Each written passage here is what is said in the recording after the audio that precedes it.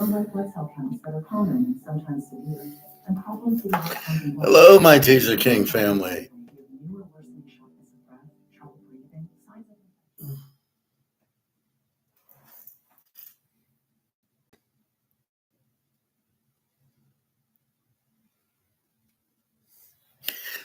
Hello, my Teaserking family. How is everybody today?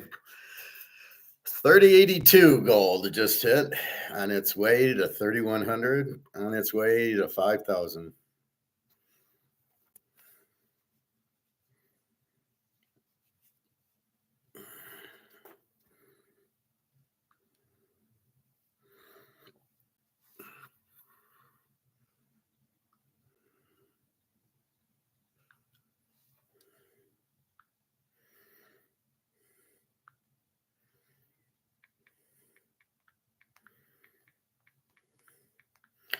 Just 1 second.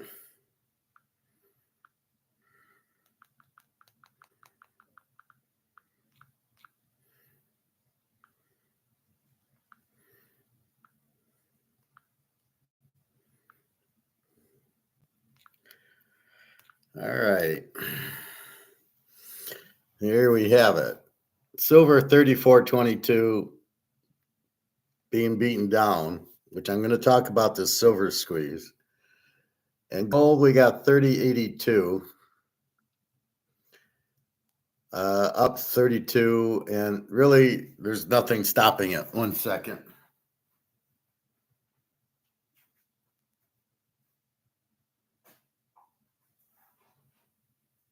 Well,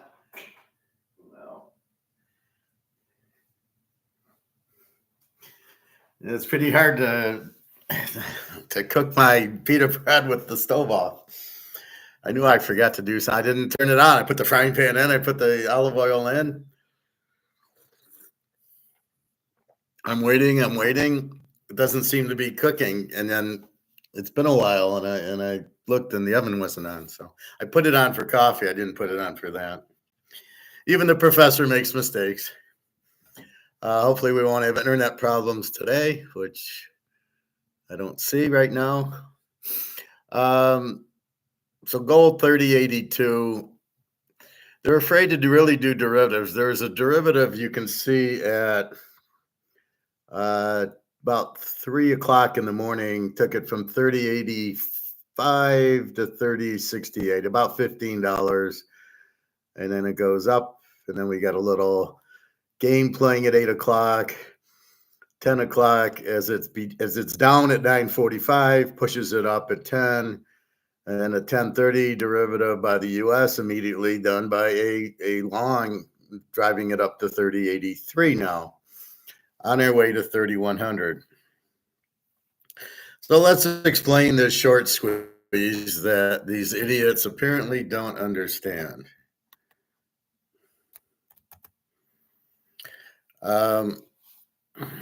Let me make sure I am on.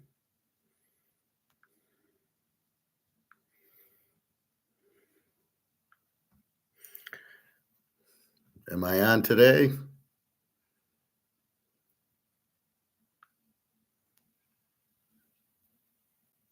I think I'm on. Am I on? I think I'm on. Am I on? I guess I'm on. All right. Mark McGuire does have this, but I don't like his guest, this Peter Grandich, talking about stocks. Okay, stocks, I've told you, aren't going to do good because nobody's going to want to buy them, and the only way they go up is if they want to buy them. It is a Ponzi scheme, just like Bitcoin. All right, so the short squeeze. Apparently on March 31st, which is idiot saying if we all go and buy some ounces of silver, that'll make the price go up, and we'll short squeeze them. Okay, first of all, I'll show you the video. Actually,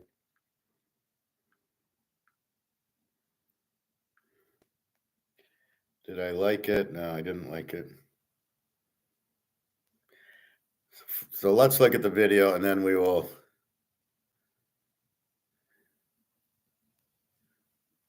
talk about it. Okay, silver squeeze alert. I don't know if I like this girl or not. She seems okay, but I'm not quite sure.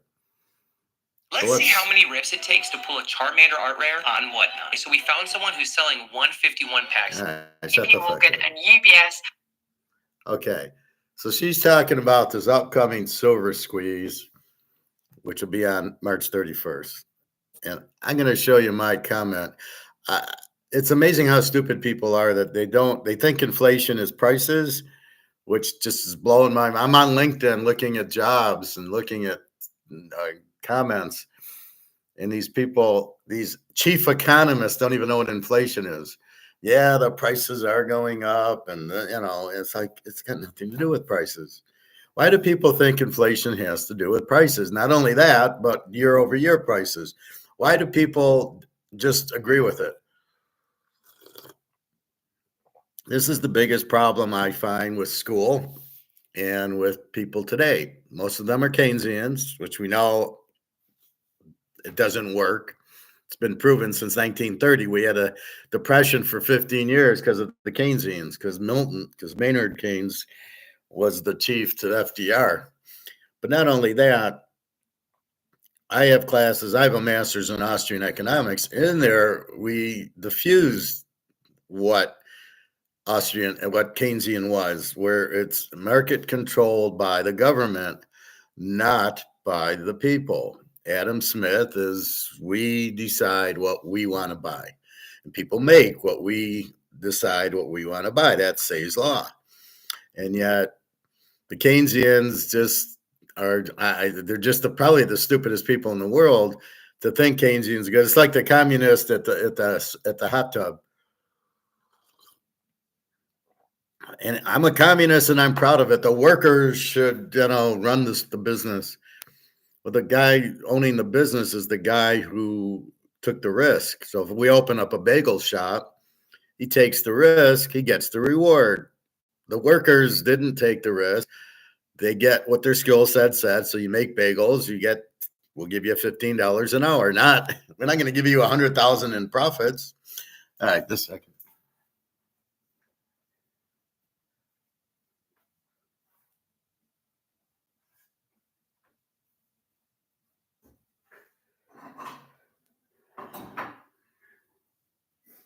So sorry about that. I'm now cooking my pita, my olive oil pita. So then you have they believe the worker should benefit. What they do, the worker gets paid for his skill set, which is why there is no such thing as equality of income. It's based on your skill set. Michael Jordan's, LeBron James are going to make more than we do because their skills are in demand and they play a sport where they make a lot of money. Most accountants and finance people make similar. Most attorneys, doctors probably make similar pay, but a doctor's not going to make what a guy working at the grocery store makes, nor should he. His skill set's a little bit different, which they don't understand. That goes back to Austrian economics. So let's play this. We're talking about a silver squeeze. What's a silver squeeze? Well, they feel the price is too low. So if they go buy it, it'll force them to cover with the supply to meet the demand. And that, since they don't have, will force the price up. But this isn't the game we're playing. We're playing a game of COMEX derivative pricing, which means the only way prices go up and down is through derivatives. We could all, as I've said this many times in class here, we could all go buy 10 tons of silver and the price is not going up a nickel because it's not based on people buying it and selling it. It's only based on the derivatives on JP Morgan and COMEX. That's how it's based. All right. Let me get my toast and then I'm going to start it.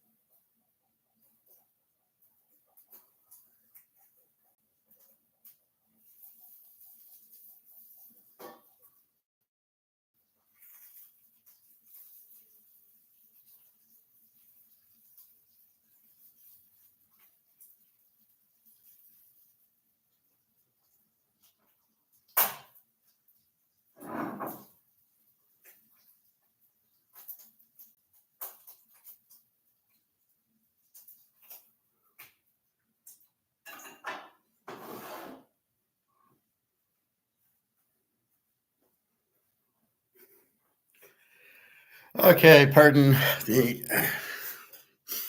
that. All right, so let's listen to Gold Core TV. I'm not sure if I like this girl. I mean, she seems okay, but I don't know how smart she is. I don't know if she's in our league and we should follow her and what kind of information. So let's listen to the Silver Squeeze, which is about buying silver when there's no supply, forcing the price up. But it won't work because it's based on derivatives generate the price, not the market.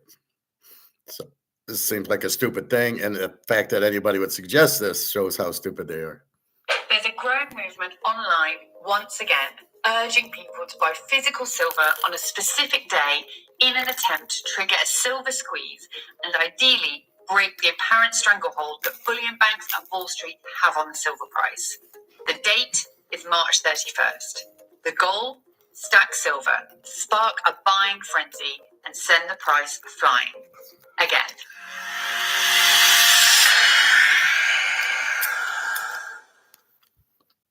Now, we at Gold Core TV love silver. We love physical precious metals in general, and we're very happy to see silver getting some of the attention it deserves after being left behind by gold's recent run past $3,000.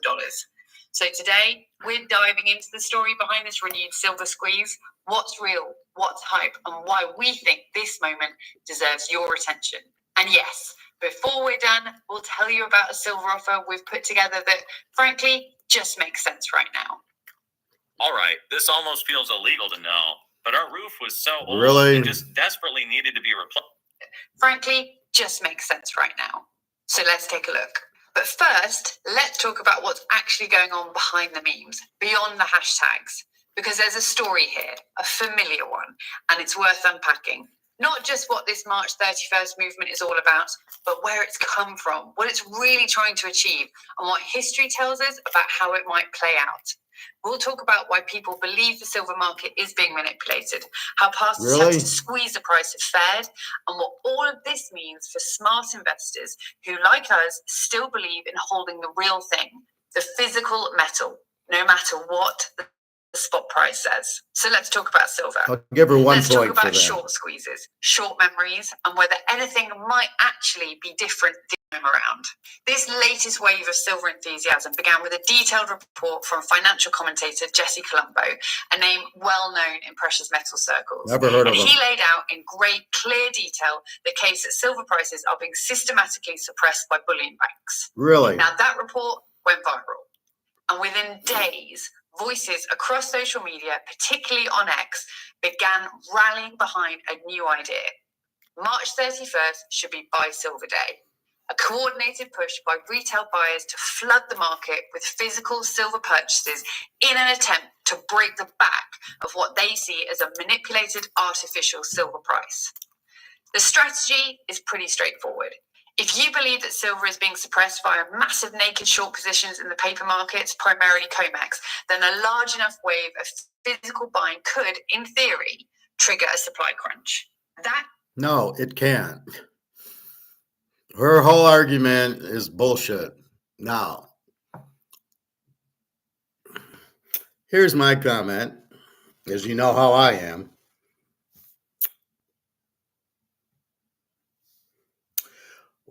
The Teaser King. Wow, I'm shocked these people are so naive. Buying silver won't work since the price is determined by COMEX derivatives, not the free market. Who do all you silver experts not know this? Nothing will change Monday. What a waste of time. I guess only the professor in my class understands this. I'm the professor. That's about as clear as you can get to answer these idiots.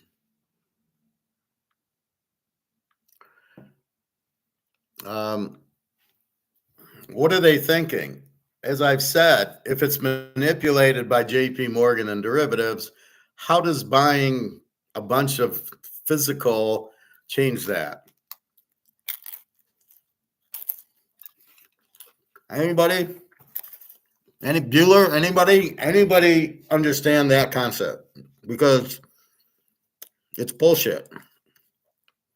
It will not change it. This is why they're naive. You've got Russia, China, and India buying silver up by the tons. Is the price changing? No. Do they want the price low? Probably. So if they want the price $34 because they want to buy it, can you explain how if we go and buy a ton, that will change the price?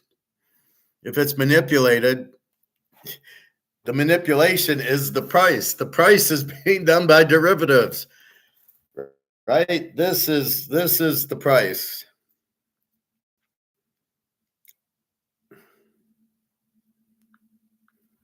You want to see the price of silver?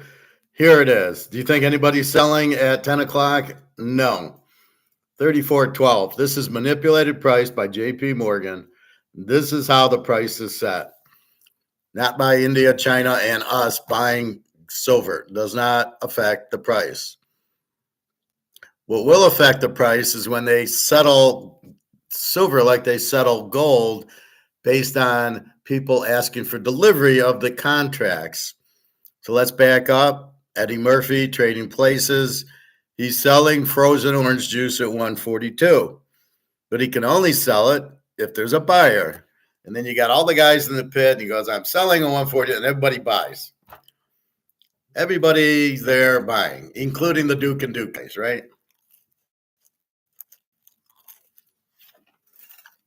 And if we take two steps back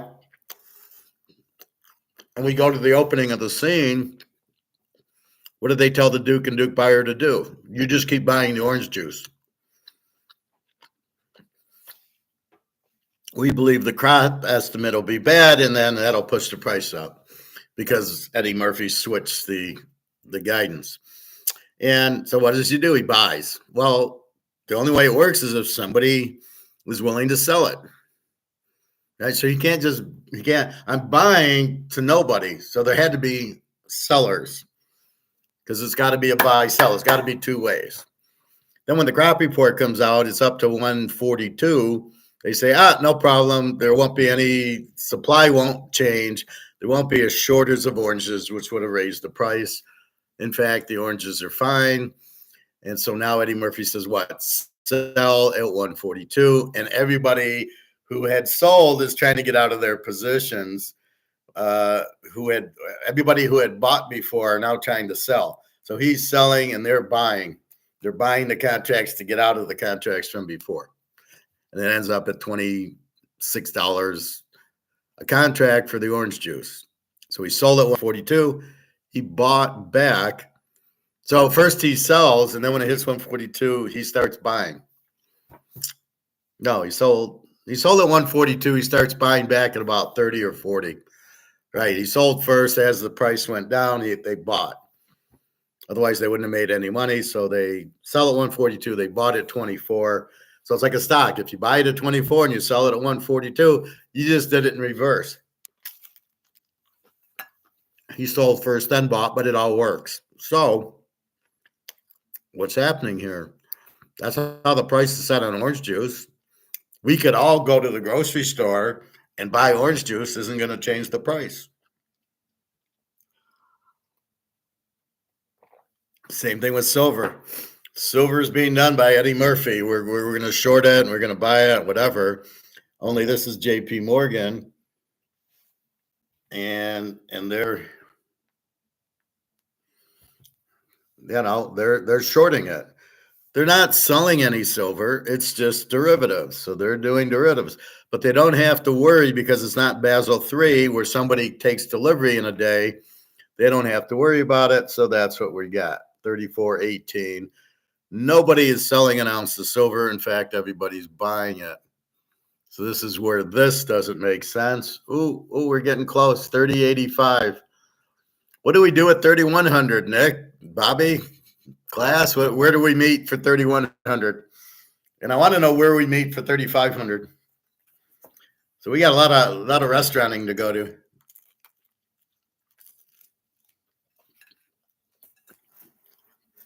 So anyway, Luke's out of town. He'll be back next week. Capital growth time. As I said, this might hit 3,100 today, and it looks like it will. Trump needs gold, so he's got to buy it. He can't do a short because there's no gold to settle the contract with. So anyway, back to the silver squeeze. So if everybody in the country buys 100 ounces, the price won't move at all because the price is set by JP Morgan doing derivatives. That's what sets the price. So what the hell are these people talking about? Everybody goes and buys silver to what? What's it going to do? It's not going to do anything. It'll have no value, no bearing, because that's not how you do it. Now there's more demand than supply right now. Right? There's 30,000 tons in the hole. JP Morgan and COMEX doesn't raise the price. The price has risen to 34, but it's not close to the $500 price we're expecting, and then 1,000. And that's where we're going, but it won't be done by that. It'll be done by Basel III, July 1st, when gold and silver in the US is now Basel III, like it's been in England. And you can see what's happening with gold, 3084 with Basel III. We're already at 12 o'clock, so we're almost out of danger. The U.S. did its big push at 10:30, and I think they shot their load. They're done. Plus, it's Friday. But anyway, they don't understand gold and silver are not free market items. That they are paper flooding the market, lowering the price. That's how they're inflating gold and silver, is with paper. But you can't inflate the metal. So if you have metal, you can't. It's like the Brady card, right? There's this one, and it's only 762. And I found a Randy Moss that's only like 198 in this set, but they don't have big value for some reason. Anyway, that's it, 762. Now, if you did derivatives on this, well, we're going to do 100,000 derivatives would lower the price, but there's physically only 762. And that's how silver is. Physically, there's only 500,000 tons or so. And in gold, there's only 210,000 tons of gold. That's it. So in the paper world, they flood it, and there's more. So in paper world, they're saying there's 700,000 tons of gold, but in reality, physically, there's only 210. That's why we buy physical, and we get out of ETFs, you get out of stocks, you get out of IRAs that hold anything that holds your gold for you, but don't let you have it. You don't want to be in, because you're never going to get it. That's not the way it works. Only when you possess the thing is when you have it. That's it. So the silver squeeze will never work. I don't really get what they're trying to accomplish by it. Silver squeeze, I mean, it makes no sense. How dumb are these people to think if we all buy, the price will go up? You could buy, if you had enough money, you could buy 10 tons of it and the price wouldn't go up. And vice versa, you could sell 10 tons of it and the price would go up. Nobody's selling an ounce of silver in COMEX, driving the price down physically. They're selling the paper, but not the physical. And once it gets over 35, all the banks are broke. That's why you see a tremendous amount of shorting as it gets close to 35. This was like 34.50, and now it's 34.14 because they won't let it go to 35. Now, they might not have an option. How many derivatives can they do? But because there's no stand for physical delivery, like in gold, that's why you see silver being hesitated.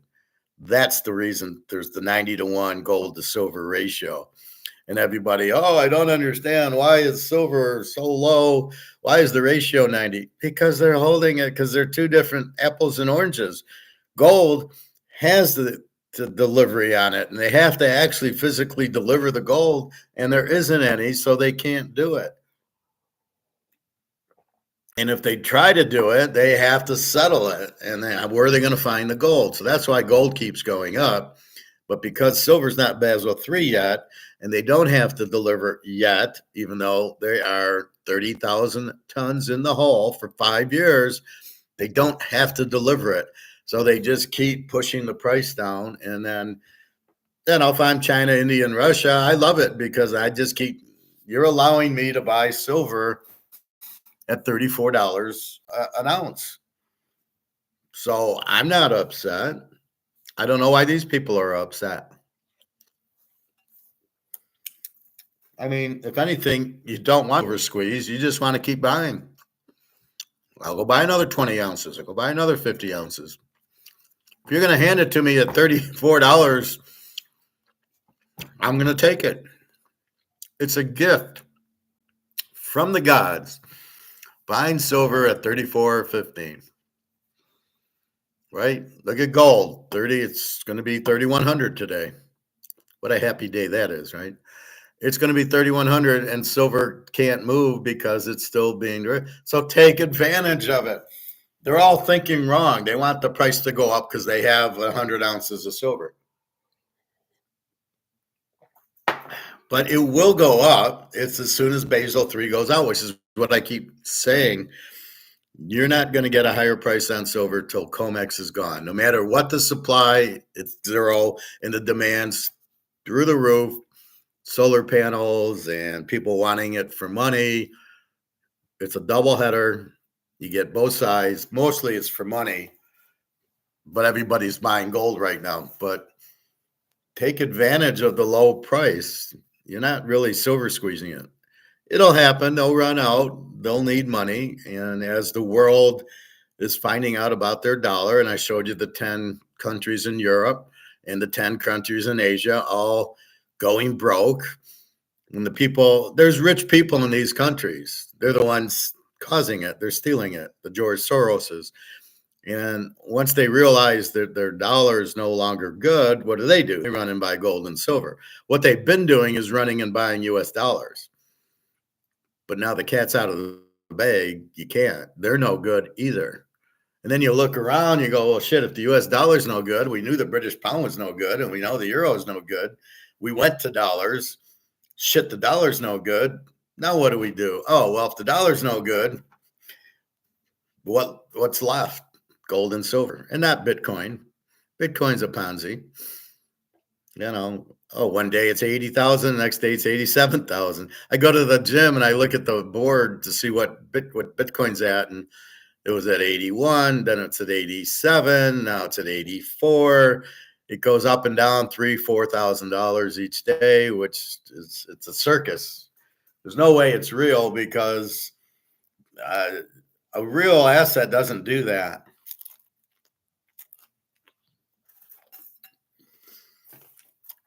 You'll watch gold when it finally gets free market. Or where's my? Well, let's look at the Brady card. It's roughly worth 20 grand if it's PSA 10, and I don't know why there's no centering to worry about here. Well, let's say this is 20 grand. It's 20 grand today. It's not going to be 15 grand tomorrow. If anything, it'll go to 22 or 23 grand. But once let's say it goes to 25 grand, it's not coming back down to 20. It's 20 going to 25, going to 30. Why do you think the Montana rookie is 100,000? It went 5 to 10 to 20, but it doesn't come down from 100. Some buyers might need the money and take 75, 80 for it, but generally it's a $100,000 card and you don't see it drop. Nobody's giving the card away unless you just absolutely desperately need the money and want to get into gold, for example. So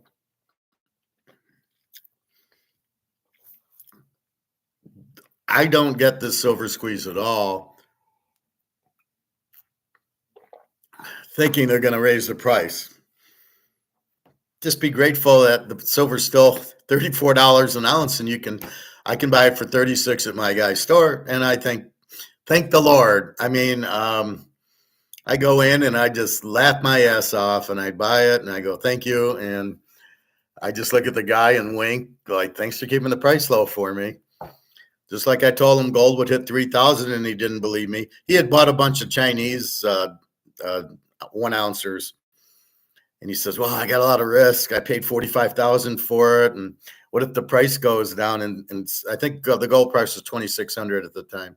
What if the price goes down? I'll be out. And I go, what are you worried about? Gold's not going down. Gold can't go down. Gold can because it's not priced on selling and nobody's selling and nobody wants to get out of gold back into the dollar. That's why they're buying gold, to get out of the dollar. So nobody's going to sell the gold to get back in the dollar. Nobody's price. This is, don't worry about it. It'll be 3,000. So now when I go in, the guy's very, very friendly to me. He didn't lose his ass on the China, and he would have made, because now he can sell it for 3,000 instead of 2,600. It's amazing how stupid these owners are, but that's another thing. All right, let's watch another maybe 5 minutes of this girl, if I can stand her. Theory, trigger a supply crunch. That crunch could then force the bullion banks to cover their short positions at rising prices, creating a feedback loop or a short squeeze, sending silver prices soaring. Some analysts, like Jesse Colombo, estimate that banks such as JP Morgan and UBS hold short positions equivalent to over 200 million ounces of silver, which means, at least on paper, they could lose over $200 million for every $1 the price of silver rises. Naturally, the silver community is excited. But if all of this sounds a little familiar, it should. Back in early 2021, in the afterglow of the GameStop short squeeze, retail investors, largely through Reddit, turned their attention to silver. And posts exploded, encouraging people to buy silver to break the banks. The result? A short-lived spike. Silver jumped to over $30, but briefly. ETFs saw record inflows and bullion dealers were flooded with orders. For about 48 hours, it felt like something big might happen. And then it didn't. The price fell back. The momentum faded. Had nothing to do with momentum. It had nothing to do with buying. COMEX controls the price. Why is this so difficult? I mean, I'm really like losing my mind. Why this is so difficult for people to get the concept. The price is controlled not by the market, by the banks, by JP Morgan controls the silver and gold price by doing derivatives. So if the price goes up, just like when it's close to $35 an ounce, right? Silver's close, it's $34.80, and then now it's $34.15. Why? Because they're doing derivatives to cut it down. They don't care how much they're short. They don't have to deliver, especially to people. What are people going on COMEX? No, they're going to the stores to buy it. The stores buy it from somewhere, and they're not. It's impossible for everybody. Everybody here could buy. All my students could go buy 1,000 tons of silver tomorrow, and the price wouldn't move at all, because it's only going to move by the derivative paper market, Eddie Murphy, bidding the price up. And once it gets too high, they go down, because, as she said, they lose so many millions per their contracts, which is more like billions. And they're not going to let it happen unless China says, okay, let it happen. Because right now, China, India, Russia, BRICS, and us are enjoying the low price. Anybody that understands gold and silver is enjoying the low price. And how much does BRICS have? Oh, yeah, a whole shitload. They're enjoying the low price. So what you're trying to do is create a market that doesn't exist, because the price of gold and silver is not controlled by the market. So no matter what you do, you can't control it. You can go to the grocery store and control the price, but you can't control stuff that's on COMEX. You can't control that price. They control it with the derivatives. God, this is frustrating. Hey, Prof. I see gold is on the move. Oh, yeah, 30.84. I see it came back. So am I back on?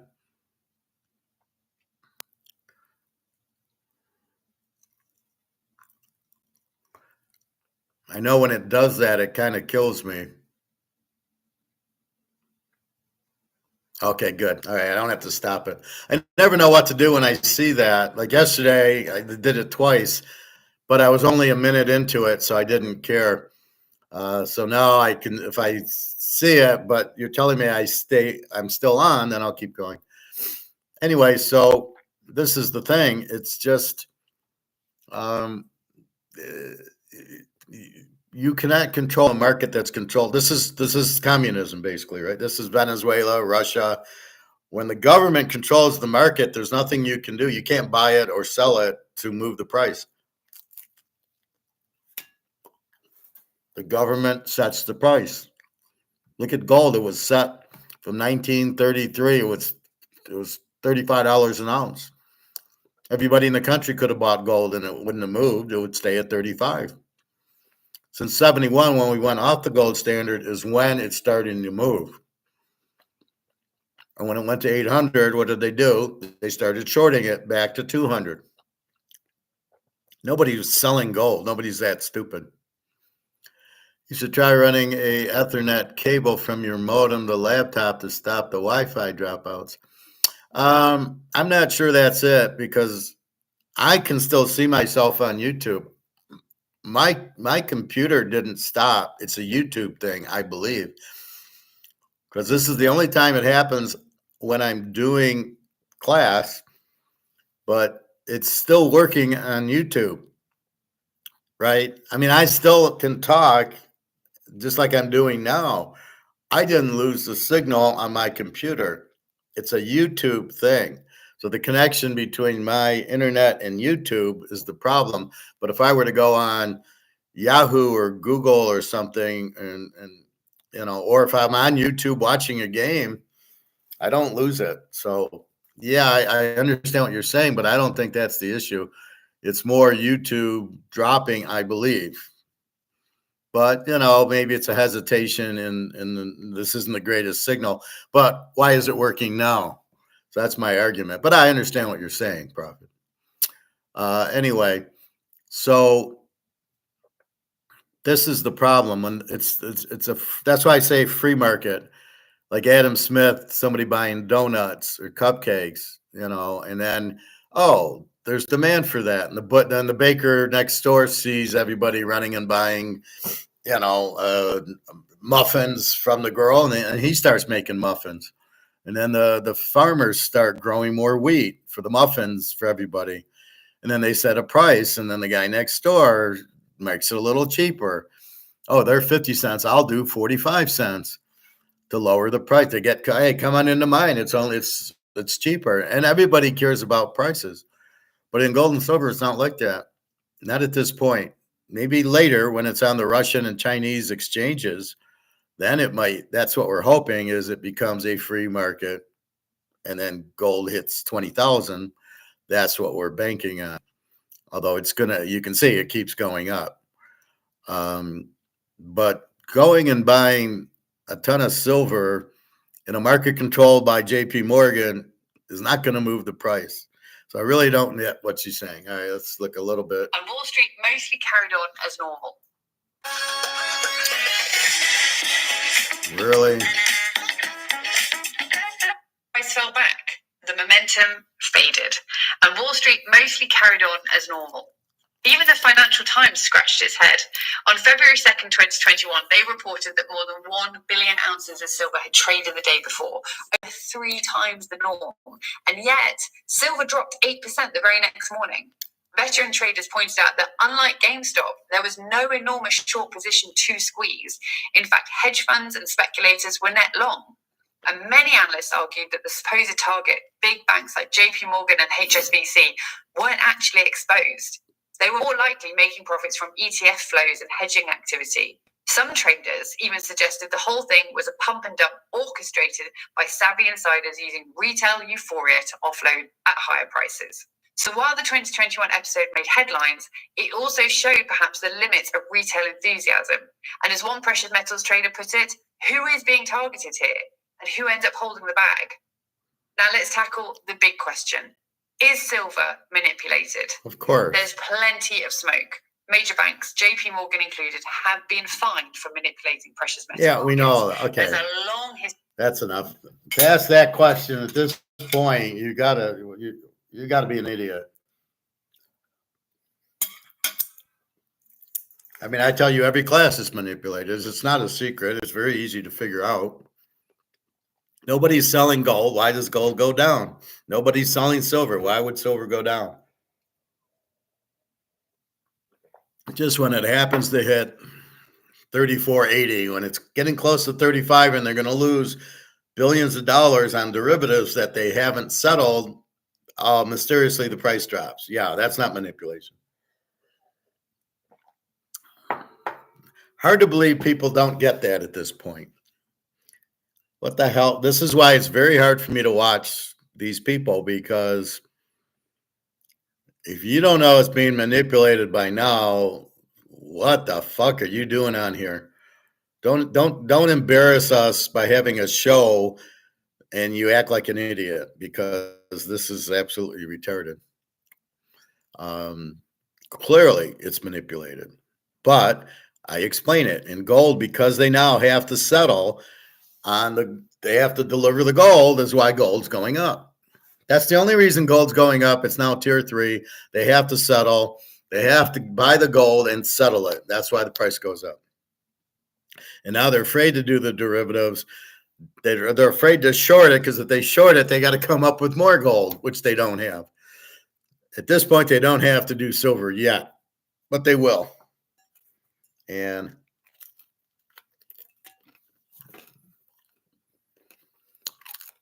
once silver hits Basel III July 1st, you'll see $100 silver price. But you won't until that happens. So why is it so difficult for people to understand that? I just don't get it. How do you ask that question?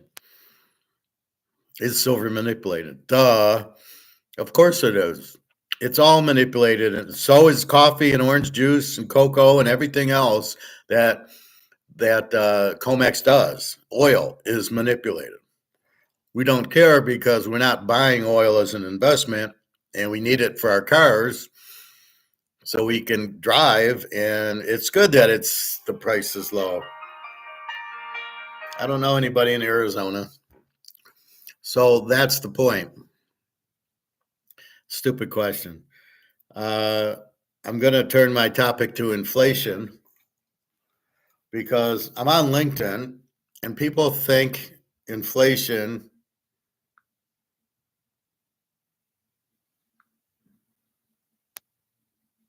well, there's a good one on socialism that I want to show. All right, let's do socialism and then we'll do inflation. So this is our friend Thomas Sowell, good Austrian,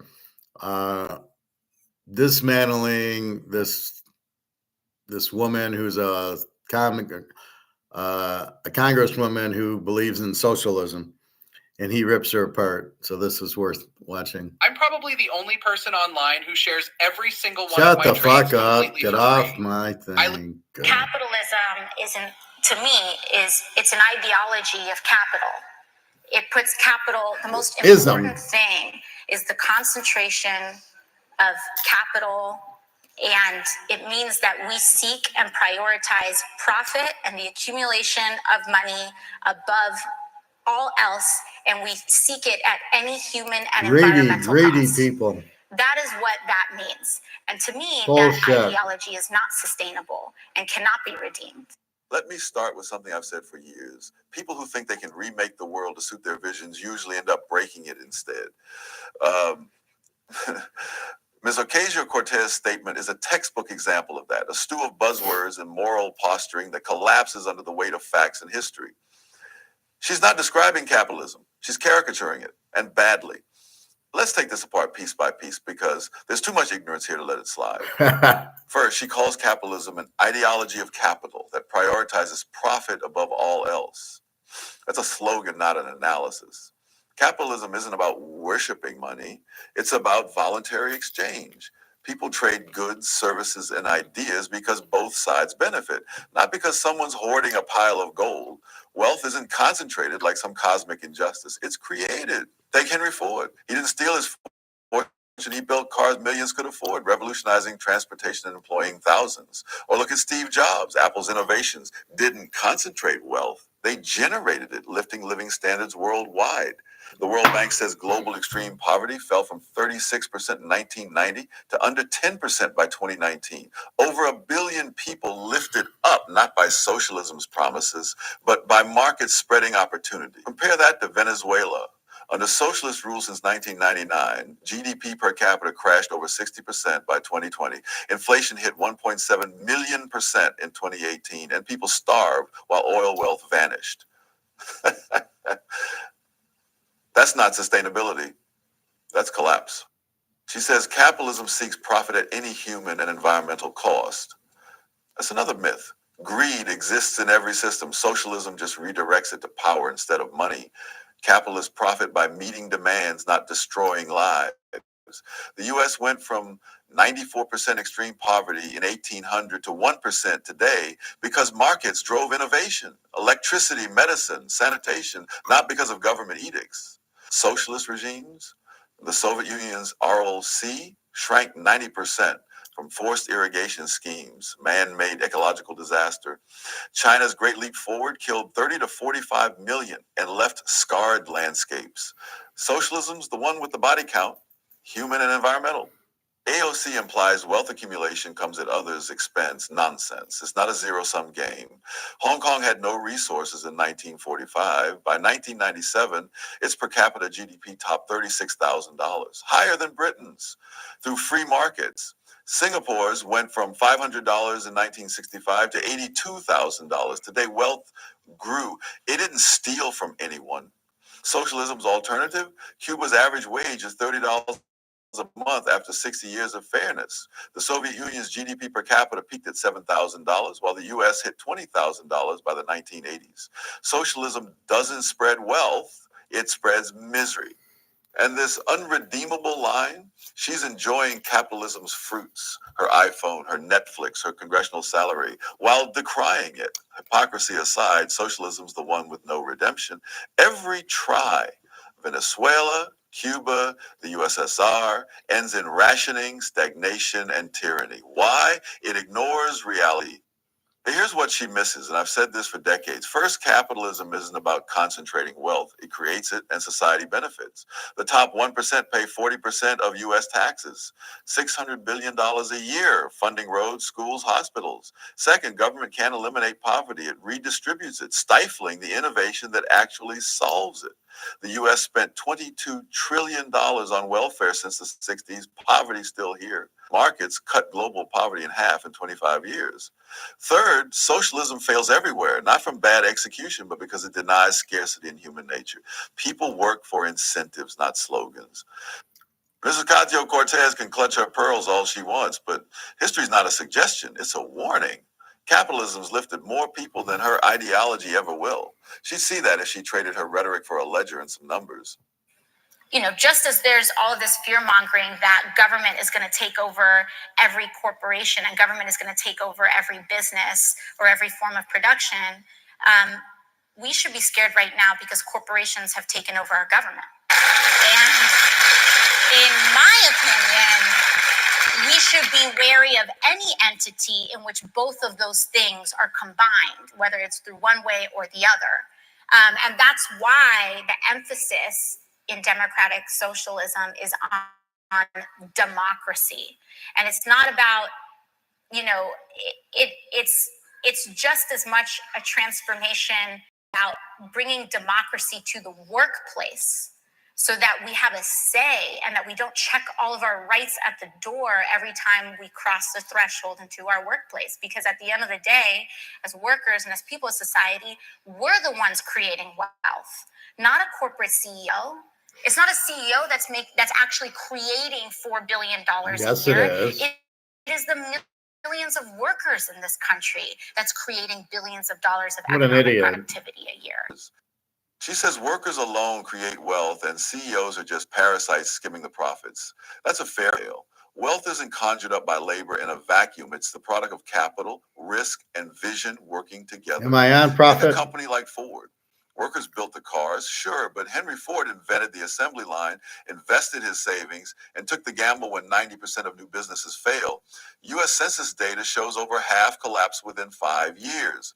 CEOs aren't sitting in ivory towers twirling mustaches. Thank you. They're making decisions: where to invest, what to produce, how to compete.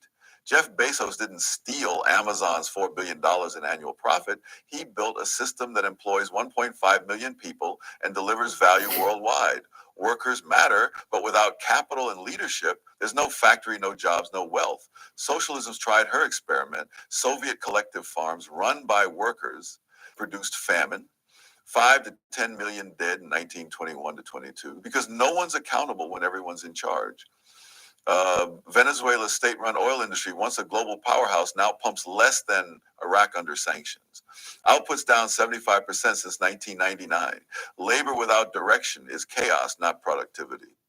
Then there's this workplace democracy notion that businesses should be run like town halls. Businesses aren't governments, they're voluntary associations. You don't vote on how to build a car, you do it efficiently or lose to someone who does. Imagine voting on every decision at Apple. The markets would still be flip phones. Markets reward merit and results, not feelings. Yugoslavia tried worker-managed firms in the 20th century. Productivity tanked, inflation soared, and the system crumbled by the 90s. Why? No one risked their own skin in a collective. Incentives vanish. Capitalism's voluntary exchange. Workers trade labor for wages. Owners risk capital for profit. Beats utopian experiments every time. Now, her claim that corporations have taken over government, that's half right, but she's got the wrong villain. Free markets don't cause cronyism. Government overreach does. When politicians control $4 trillion in annual spending, 20% of U.S. GDP, corporations lobby for favors. That's not capitalism, it's corporatism. A distortion of markets by the state. Look at the 2008 bailouts. Banks got handouts because government picked winners, not because markets demanded it. Hong Kong thrived with a 15% tax rate and minimal meddling. Per capita, GDP hit 49,000 by 2020. Singapore's at 82,000. Contrast that with socialist meddling. Venezuela's government owns everything, yet 96% of its people live in poverty today, per NCAA data. The threat isn't corporations, it's bureaucrats with too much power. Let me wrap this up with 3 truths she keeps dodging. First, wealth comes from capital, risk-taking, and labor combined, not labor alone. Workers need tools and direction. CEOs provide them. Second, the real danger isn't corporate power. It's government intervention that rigs the game, creating cronyism socialism loves to exploit. Third, businesses run on voluntary exchange, not workplace democracy. Force that, and you kill efficiency and innovation. Look at history. East Germany's Trabants versus West Germany's BMWs. One side voted with its feet over the wall. So Ocasio-Cortez wants a system that reflects her vision. Reality doesn't bend divisions, it breaks them. She'd see that if she looked at the numbers instead of the mirror. I'm probably the only person online who shares every single one of my trades completely. Okay, we don't really care, fella.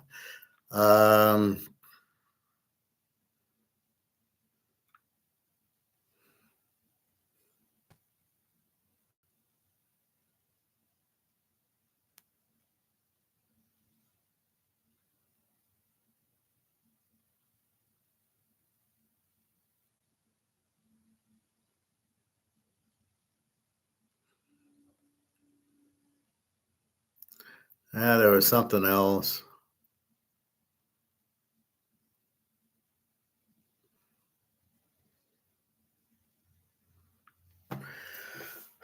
I don't remember.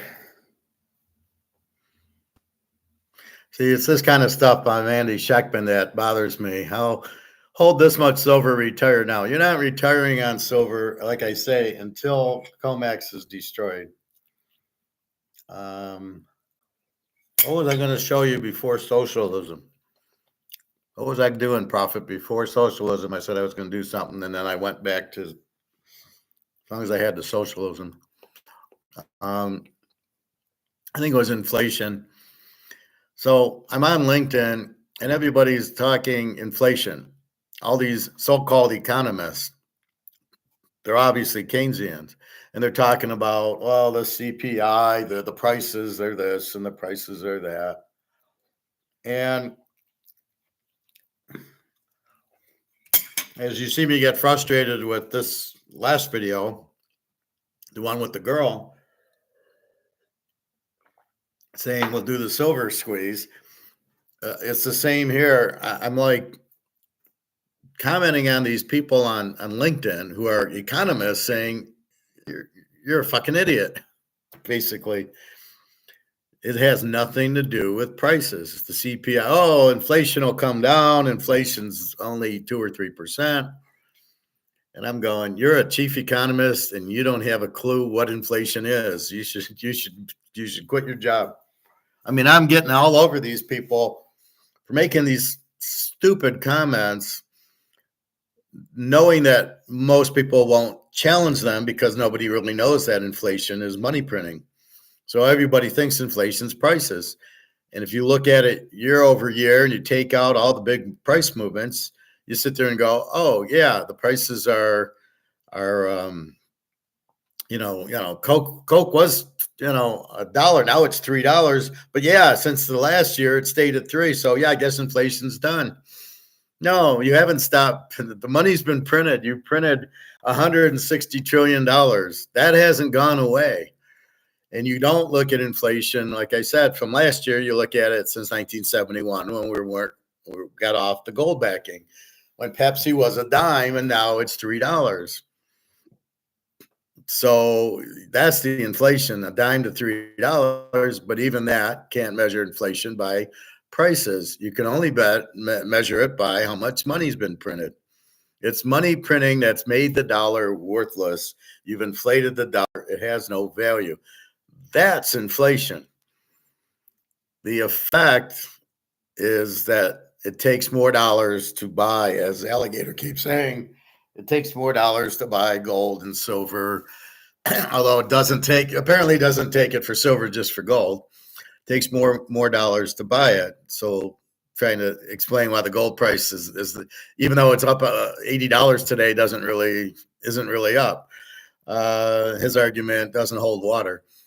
But people that sit there and comment about the prices and the CPI as inflation are fucking clueless. Now, I don't care if it's just Joe Blow, but when it's a guy who's an economist saying that, I have to take an issue with that. And I call him out every time. I even went onto my profile on LinkedIn and said, the real definition and the real, gold and silver price. Just people don't know. And see, the problem is people don't have a clue. So the economist comes out and says, well, look at, everything's fine and inflation's not that high. They don't even know what it is, but people look at it and go, oh, okay, inflation's not too bad. I'll keep my money in the stock market and I won't buy gold and silver. And that's the problem. So people giving out false information, and that's why I'm kind of ripping on them, going, no. Don't tell everybody that you're an idiot, because that's what you are. If you're saying this, you don't understand it, you're an idiot. But I didn't tell them what it was. All I said is inflation's not prices, period.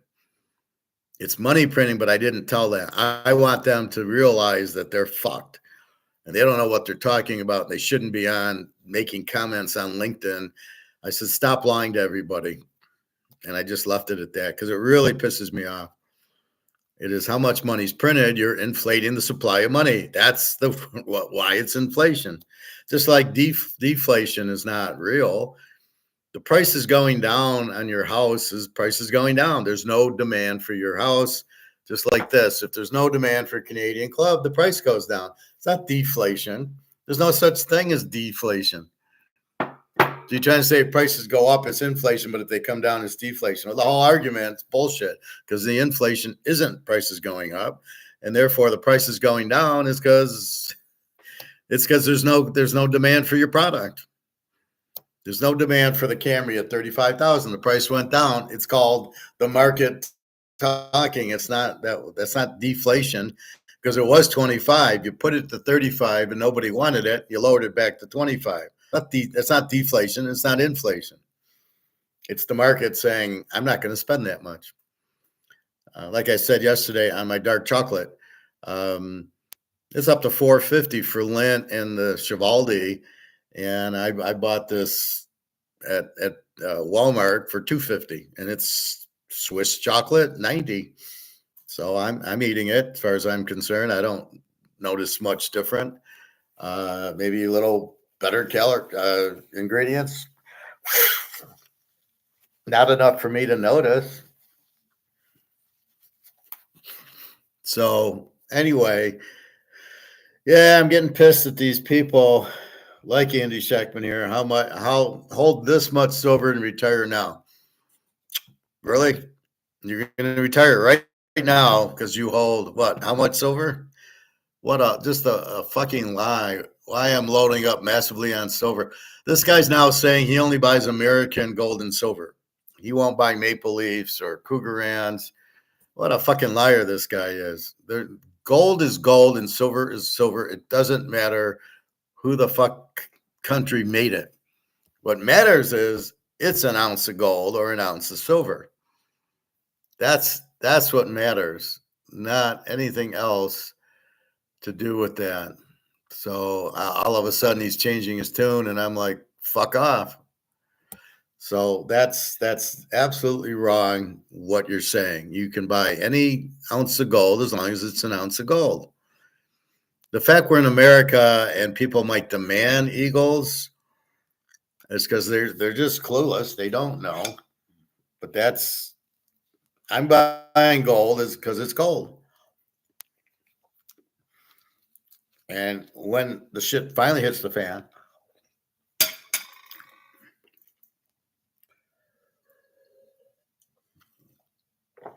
believe me, everybody will take a Cougaran, a 1 ounce Cougaran, everybody will take when there's no eagles to go around. But I don't care. But you're getting a $40 discount in a Cougaran and a $25 discount for a Maple Leaf. Then why wouldn't I take it?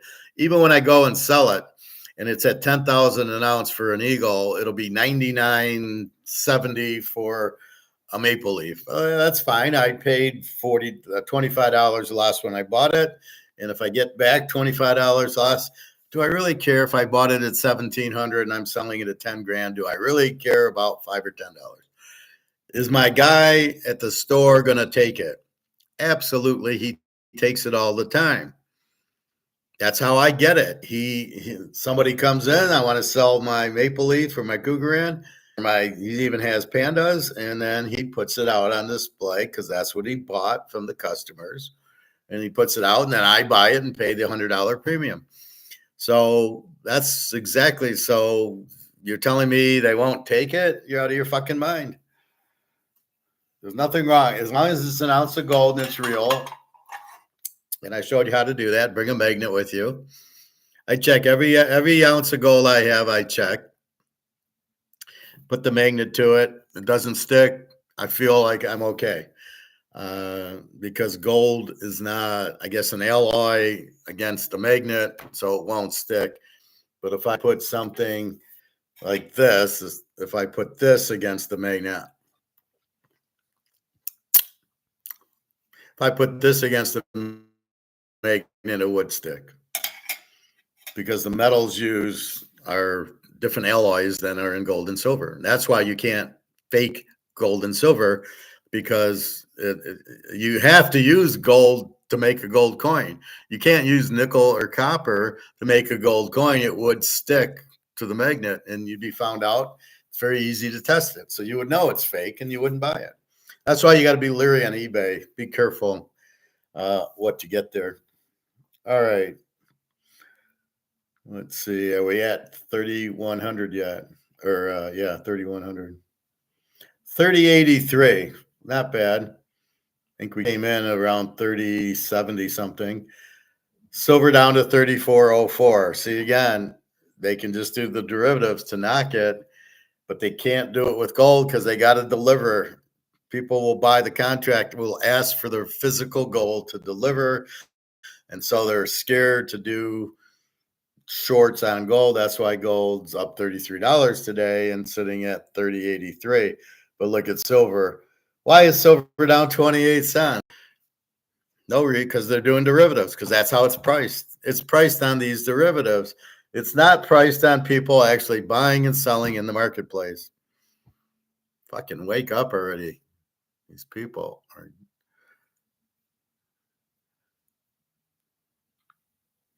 are just too stupid. All right, let's get to the NCAA basketball. Let's look at yesterday's results. I went 2-2. I had BYU in 5.5, and Alabama.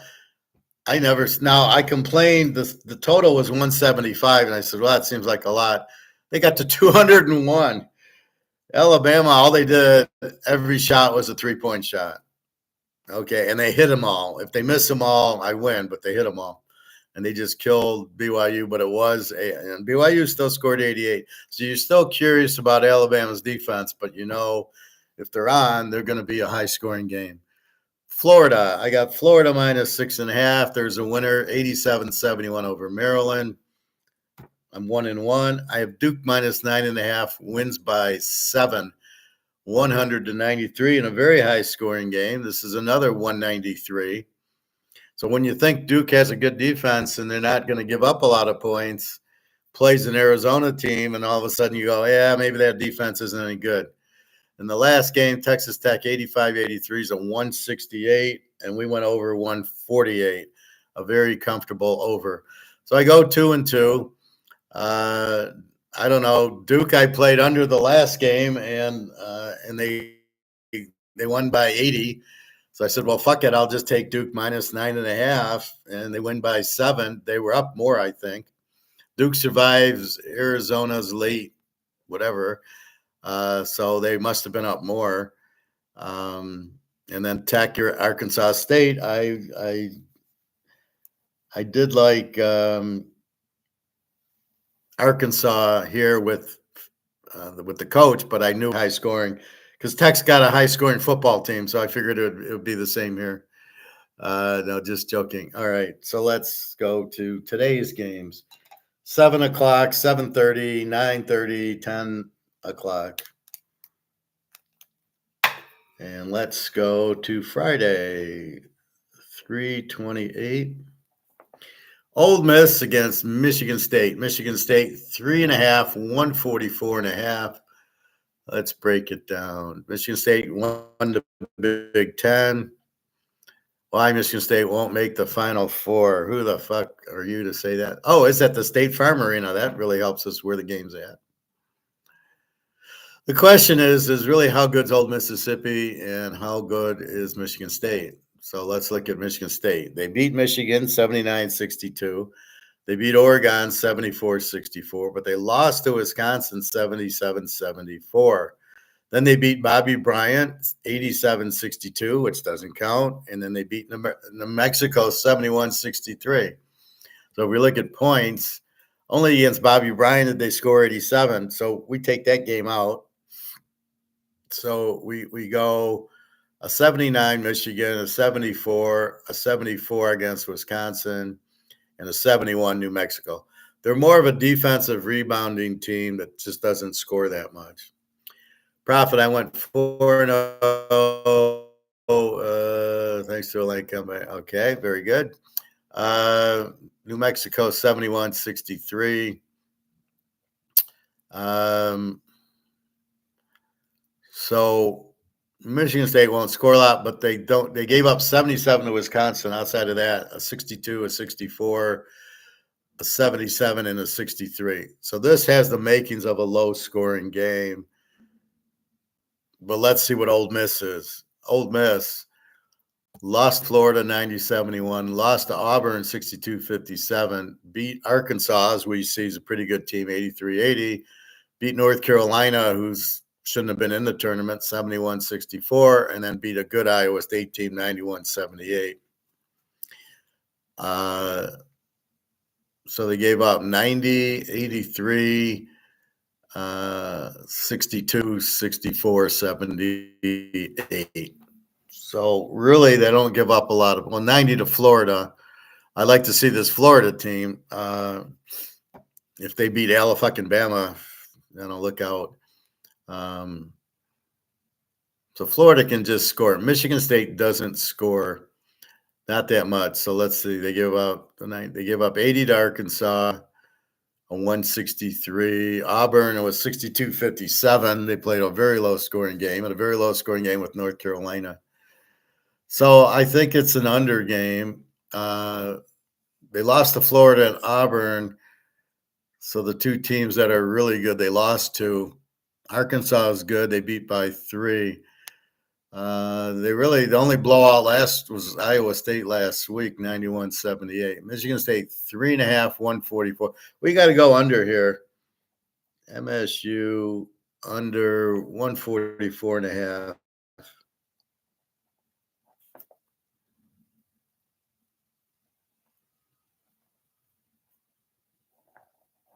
I just think it'll be low scoring. Michigan State with good defense, and they don't throw a lot of 3-pointers up. That's what happened with Alabama. That one kid just got hot as hell, and they're putting up 3-pointers and scoring like it's a joke. BYU, again, I would have went over. It was an over game, but I was scared of the 175 as they hit 200. So I don't know. Tennessee, Kentucky. We've got the 2 seed against the 3. Michigan State's a 2. Ole Miss is a 6. Tennessee's a 2. Kentucky's a 3. It's basically an even game. Tennessee 4.5, 144.5 again.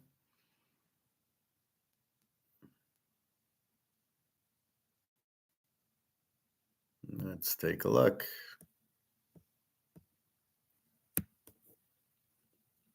Tennessee beat Texas, who sucked. Beat Auburn, that's a good win. Lost to Florida, apparently everybody does. Again, Walford throw out, and then they beat UCLA 67-58.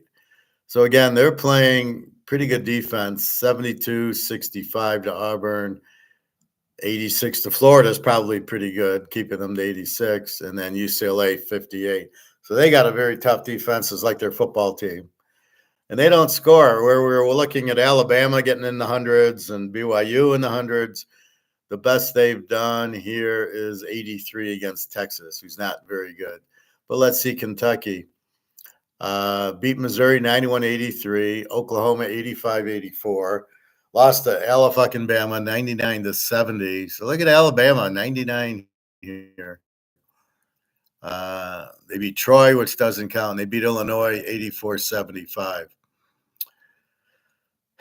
So we got an 85-84 game, a 91-83 game, a 99-70 game, and an 84-75, 159. So this is going to be – Kentucky plays higher scoring games than Tennessee.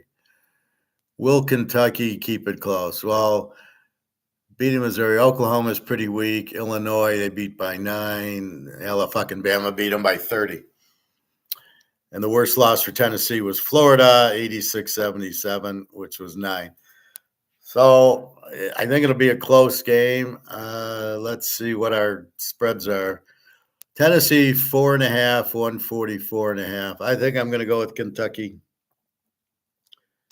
plus 4.5.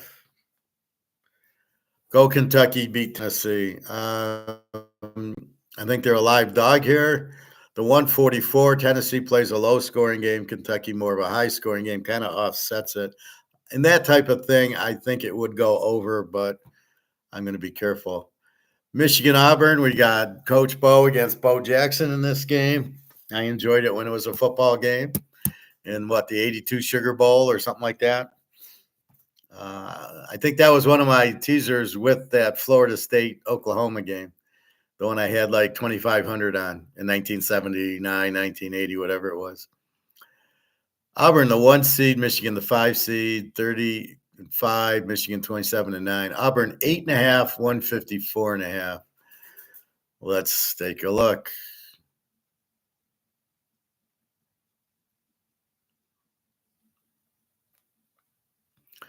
I believe Michigan has an Auburn player on it. And the guy was like, well, I'd like to thank Auburn for for recruiting me as I stabbed them in the back by going to Michigan. He's apparently a real good player. So he's trying to make it sound like, I thank Auburn. They gave me the chance. And so I screwed him with it. I mean, no loyalty at all, this kid. He's big trouble. Auburn lost to Alabama, 93-91, beats Ole Miss 62-57, loses to Tennessee 70-65, and then beats Creighton 82-70. Auburn's not too impressive. Michigan beats Purdue, tournament team, 86-68. They're actually a 4 seed. I think they play Houston after. Maryland, they beat 81-80. They beat Wisconsin 59-53. They beat San Diego. And they beat A&M 91-79. I like Michigan plus the 8.5. That's a very live dog there. Auburn in their 2 big games against Alabama and Tennessee, they lost. They beat Mississippi by 5, who I don't think is better than Michigan. And they beat Creighton by 12. Michigan, meanwhile, played Purdue in the tournament, Maryland in the tournament, Wisconsin in the tournament, and obviously in the tournament, they beat A&M. So if they do lose, you got Auburn minus 8.5. I think Michigan can win the game. But see, here's where people look at Auburn's a 1 seed, but they lost 2 of their games and barely won the third one. 154, I would probably go over just because it seems to be a lot of points, but we'll go over here. And then our 5-star is going to be Houston under 133.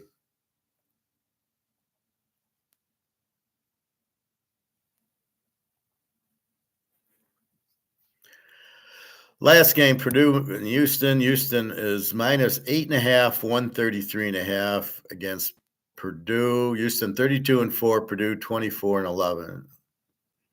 I don't know what Purdue's doing in here, but I don't know why they're the 4 seed then. So we look at Houston. They kill Colorado 77-68. BYU, they beat by 20. Held them to 54, which is not easy to do. Then they beat Arizona, who almost beat Duke yesterday, 72-64. Then they handle SIU Edwardsville and then beat Gonzaga. So a 68 to Colorado, a 54 to BYU, and then they hold Arizona to 64. In the meantime, they're not scoring a lot. Their biggest game was Gonzaga, 81-76 and 157. Here we got them under 133. And let's go 5 units on it. Let's make this our 5-unit play. So basically what you have is this tremendous defense. We'll look at Purdue. They beat Illinois, a conference tournament. No, they lost to Illinois 88-80. Beat USC, lost to Michigan 86-68, which is a 154. Beat High Point, and then McNeese State 76. So they beat a bunch of garbage teams. The 2 decent teams, tournament teams they played, Michigan and Illinois, beat them. But they only scored 68 on Michigan. Yeah, which makes Michigan 8.5 pretty good. So Purdue lost to Illinois in that. They beat USC, who cares, 76-71. High Point, that's a high school team. And the McNeese State, 76-62. So what I'm looking at here is just Purdue's a bad team. Houston's going to dominate them, and they're going to have trouble scoring. When you looked at Alabama or Florida, they had games in the hundreds, even BYU. When you look here, an 80, a 76, a 68, and then 2 nothing teams, High Point, McNeese, 75-76. They're not going to hit 50 tonight. Go Houston, keep it under. So I really like Houston. Michigan 8.5 is a very live dog. Kentucky in 4.5 and a very strong play. And in Michigan State under 144.5, they play good defense and rebounding. So you got to break each game apart differently, because when you had, like yesterday, Alabama's just a 3-point shooting team. You get a high-scoring game, and BYU. And even Duke seems to score a lot. They have a lot of good good rebounding, fast breaks, stuff like that. And then you have Arizona scores a lot. So it's always the type of team, as I tell you in football. Are they a defense or an over? Michigan State's a good under team. They're Iowa in football, right? They good defense, but they don't score a lot. But that's not what Alabama. Alabama is like Texas State or North Texas, one of those explosive teams that puts up 50 points a game. That's the difference. So that's what you got here. So we'll see. So again, MSU under 144.5, Kentucky plus 4.5, Michigan plus 8.5. Two very live dogs. In Houston, I'm not betting against, so we'll go under 133.5, which I don't think Purdue gets in the 60s. So it'll be 70 to 50. It'll be 120, 125, somewhere around there. All right, so that's basketball. So again, we got Alabama advancing, Florida, Duke, and I think Texas Tech won. So those four advance. So we're getting interesting. I don't know if they're in the same bracket, Alabama and Florida and Duke and Texas Tech. And then, so you're going to have Kentucky or Tennessee, Michigan State or Ole Miss, Michigan.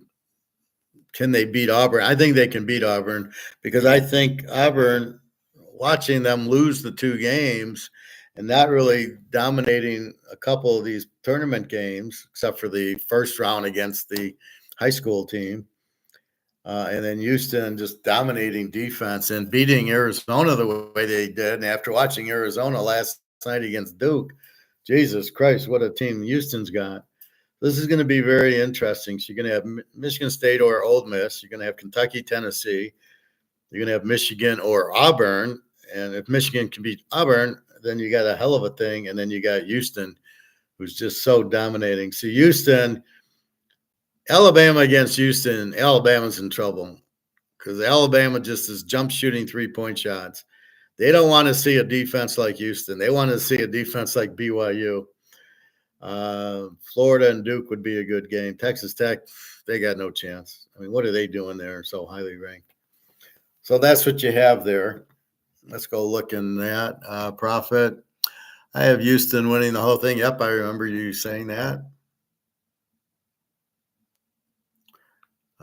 Let's go to anything new in the NFL draft. Did Aaron Rodgers sign yet?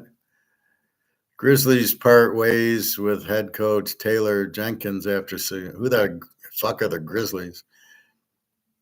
Quarterbacks Jackson Dart and Tyler Shaw gaining NFL draft steam this cycle. Tyler Shaw from Louisville, from Texas Tech, very good. I mentioned him. Jackson Dart, I don't like as much. Where's Dylan Gabriel? Where's the kid from Texas State and the kid from North Texas? They are better than Tart and Shaw. But Shaw is pretty good. Vikings don't close door on Rodgers, but won't offer starting job either. Well, that's yesterday's news. I'm happy with it. Dion backtracks on Prime Junior NFL draft stance. Worth the wait. Florida's 465-pound DL impresses at Pro Day. Okay, you've got to be kidding. 464 pounds. How many games is he going to play? 3, 4? You think he can play a Sunday, Thursday? That's ridiculous, 464. He impresses at pro days. Yeah, well, anything impresses these morons. NFL free agency attracted the latest intel on the players still in the market. Yeah. For vote on tush push. So they're going to vote on the tush push. Should be illegal because it's not really football. It's not what's that other sport? I can't think of it. Former Raiders standout Hunter Renfrow meeting with teams. Who cares? I didn't know he was a standout. Betting overs and unders for all 32 teams. Super Bowl participants lead the way.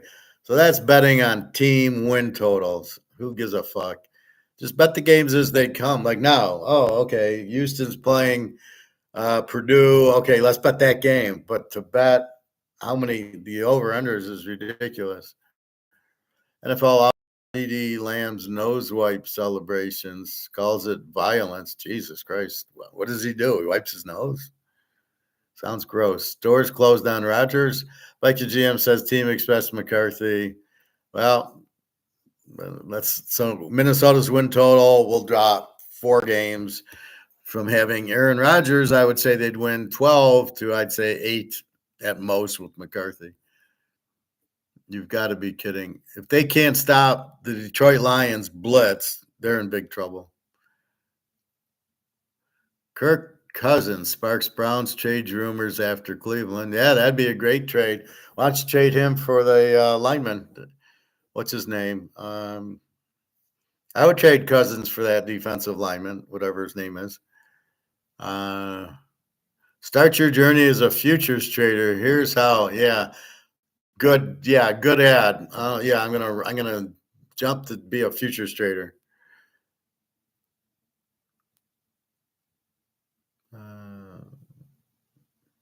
All right, so that's it.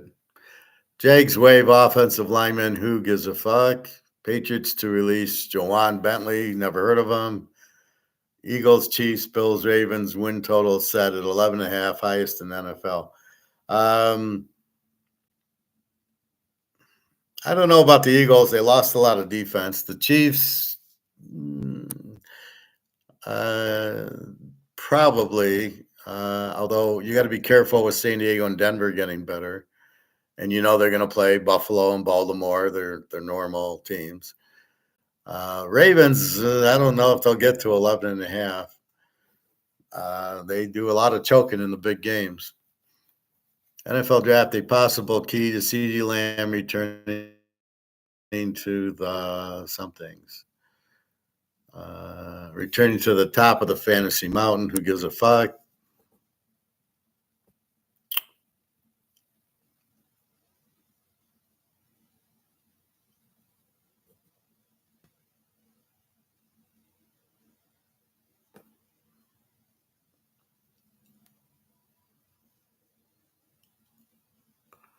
Okay, here I am. Florida's Desmond Watson surprises NFL scouts. Never heard of this guy, and I know everybody. Peter Schrager in talks with ESPN. Who gives a fuck? John Spytek hopes Geno Smith is the Raiders' quarterback for the future. Did he impress somebody at Seattle or at West Virginia that you think Geno Smith's a good quarterback? At what point is he a good quarterback? He's a backup at best. Look what he did with Seattle he had Metcalf, DK Metcalf, and he had the other Lockett, and they couldn't do shit. It's not like they scored 40 points a game. He's a terrible quarterback. Titans GM, Mike moving JC Latham the right tackle. Wow, what a great GM that is. NFL draft, Mike ranks the offensive lineman. Good luck ranking offensive lineman. Russell Wilson signs 1 year with the Giants. Yep, we know. Prime time reverses course, says he won't try to. What won't he try? He won't try to control what NFL teams draft sons. Prime Jr. Well, that's such a relief, Prime. I'm so happy. I'm sure the GMs are real happy with that. 2025, Abdul Carter, Mike Green, Michael Williams, edge rushers, I guess. Eagles bring back Chip Kelly, assistant in flurry. What the fuck? Eagles bring back Chip Kelly, assistant in flurry of coaching staff additions. Because Kellen Moore's now coaching New Orleans, so they lost their offensive coordinator. I assume their defensive coordinator is still there, including a new assistant for Jeff Stoutland. Greg Austin, who was the assistant offensive line coach under Stoutland's during Chip Kelly's 3 seasons, rejoined the Eagles as an assistant offensive line coach. Well, what big news that is. Running game coordinator. What the fuck is going on here? No wonder these teams' offenses suck. An assistant offensive line coach, but went with Kellen Moore to the Saints, where he is now run game coordinator. What the hell? Pagnetti also coached under Kelly at Oregon and with the Eagles under Peterson with his Eagles, his brother Ryan. We don't really care. Best fit for Patriots at tight end in 2025 NFL drafts, the Penn State guy.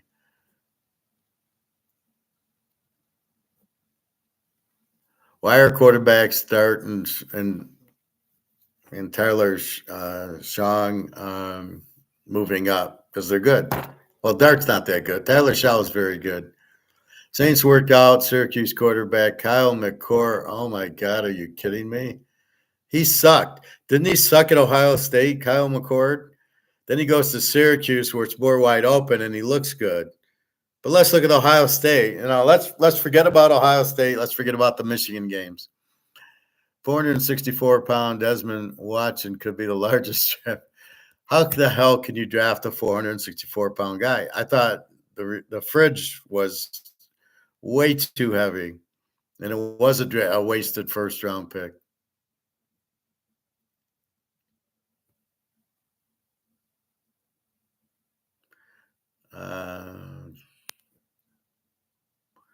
A fourth down onside kick alternative is the gimmick. What is wrong with this league? A fourth down onside kick alternative is the gimmick the NFL needs. Oh, forget it. It's not a gimmick they need. It's stupid. Gary Danielson finally will retire his college football. And God, I hate Gary Danielson. He knows everything. Will retire his college football at the end of the season. Oh, good. Myles Garrett, that's the guy. So they should trade Kirk Cousins for Myles Garrett. To go far, a team needs a quarterback and the rest. Myles Garrett, to go far, a team needs a quarterback and the rest of the team needs to help him. It's amazing. He thought of it all by himself. Prophet, what college is this? He's from Florida.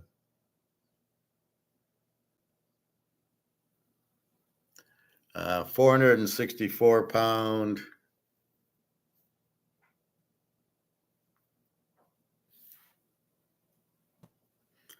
£464 Desmond Watson. Looks like he's from Florida. Any team that takes him has no idea. It could be largest draft pick. How do you even look at a guy weighing 464 pounds? Florida defensive tackle. Did we ever hear of him? He didn't do anything in college. This is the first time we're hearing about him, but we didn't hear against the Georgia or the Tennessee games. Could be larger. His weight comes with a massive 6'6" frame. Oh, great. There's currently no guarantee he'll be drafted. Watson, he did not participate in the scouting campaign. Yeah, he would have keeled over.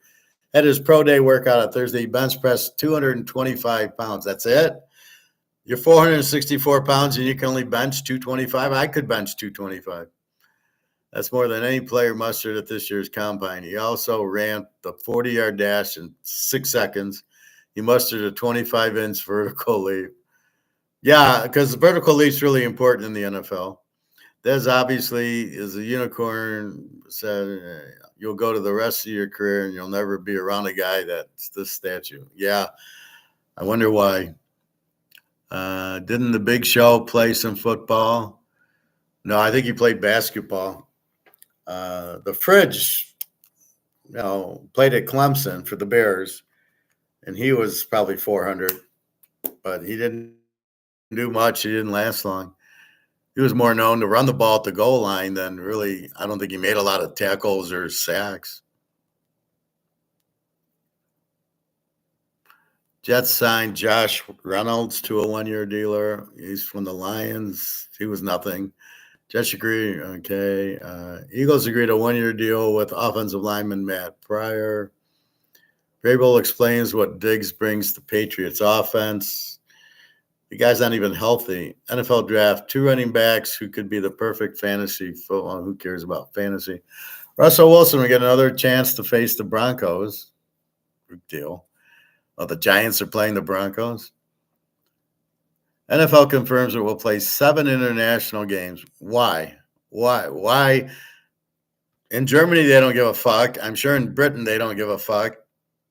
Nobody cares about these games. Mexico, Brazil, nobody cares. They're giving the tickets away for free, but I really don't understand it.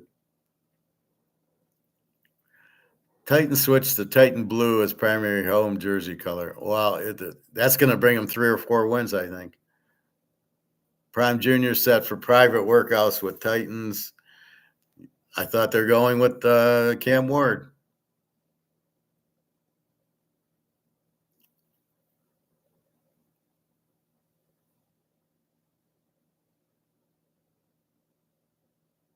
Spirited Anthony Richardson, Daniel Jones. Who gives a shit about those guys? They're not even pro quarterbacks. This is the problem with the league. These are the quarterbacks, and they want you to believe they know what they're doing.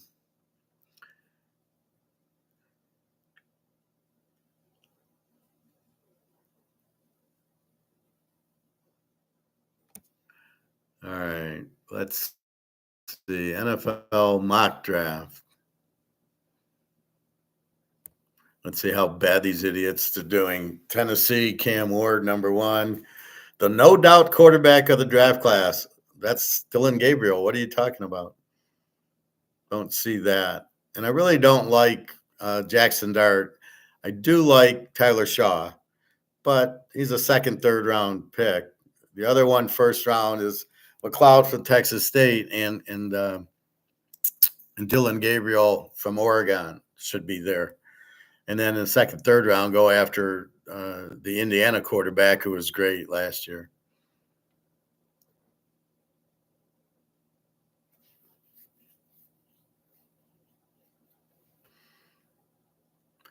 Cleveland again, Travis Hunter, stupid pick.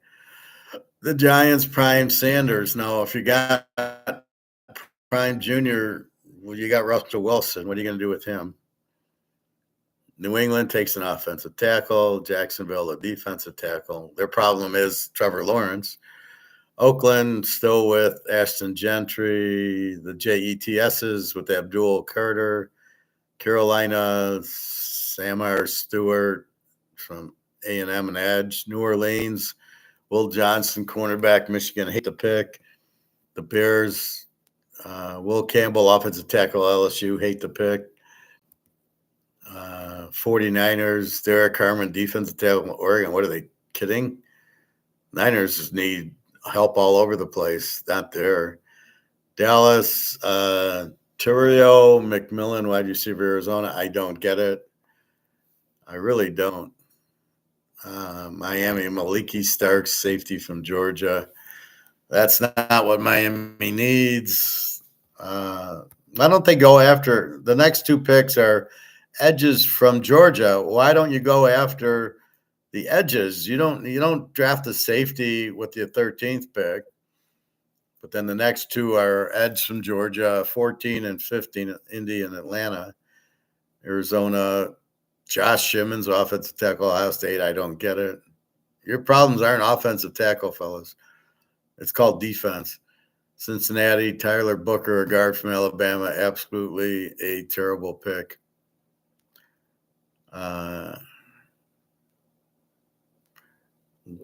What are they thinking? Why would you draft a guard in the first round? You need defense.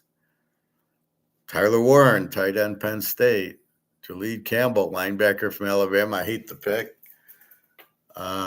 Denver, Omarion Hampton. Okay, they need a running back, but I would take the kid from Arizona State ahead of this guy.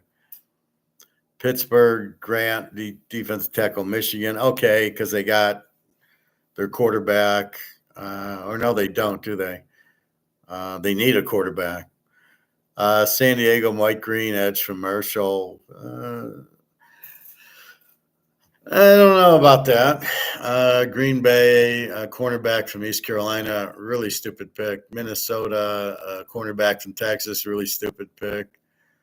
Gray Zabel, offensive lineman, North Dakota State in the first round. Are you fucking kidding me? The Rams, Colston Loveland, tight end, Michigan. Okay, it makes sense with Stafford.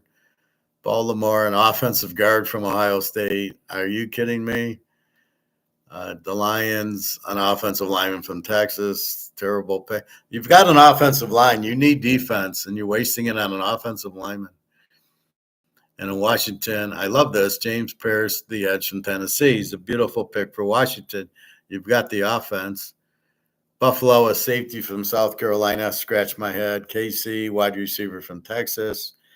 Okay with Mahomes. They're having trouble getting the second receiver. In Philadelphia, Josh Connerly, an offensive tackle from Oregon. Absolutely ridiculous.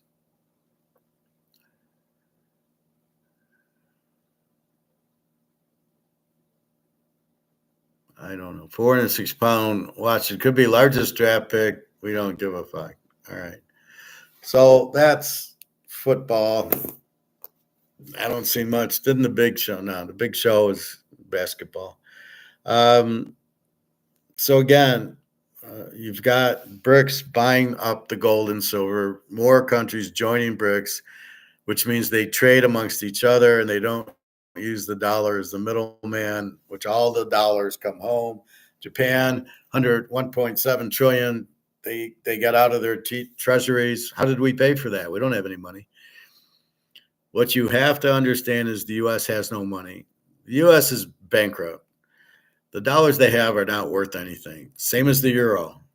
They're both bankrupt, as is Canada, as is China and Japan. There was a China video I wanted to show you. I watched that yesterday.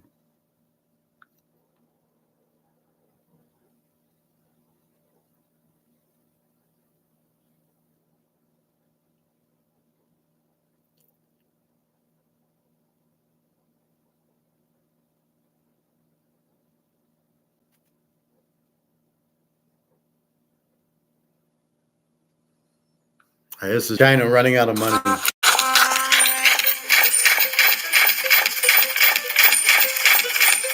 In addition, another full-length video on March 23rd, a scene unfolded at the Bank of China branch on Tuanjie Street in Shilin-Hot, Inner Mongolia. An agitated customer was trying to withdraw money. A bank worker who was taking money out of the box exclaimed, "There's no more money."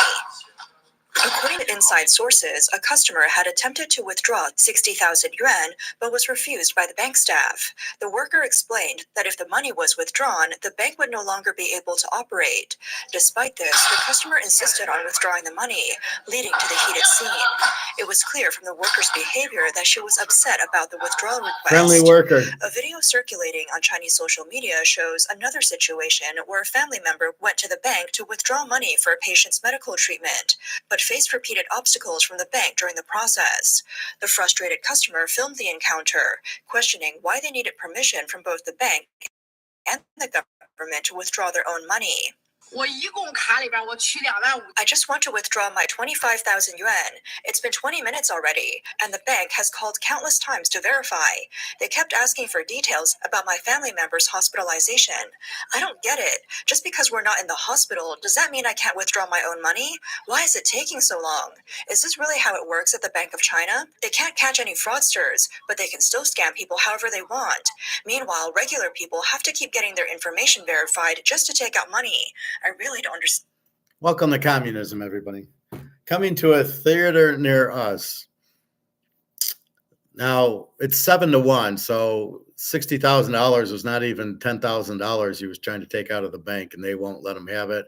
They've run out of money. Well, just print more. I mean, that part I don't get. Just keep printing. You got the printing press, but it shows you the value of the dollar is just the yuan is, that's what Chinese is. It's just slipping.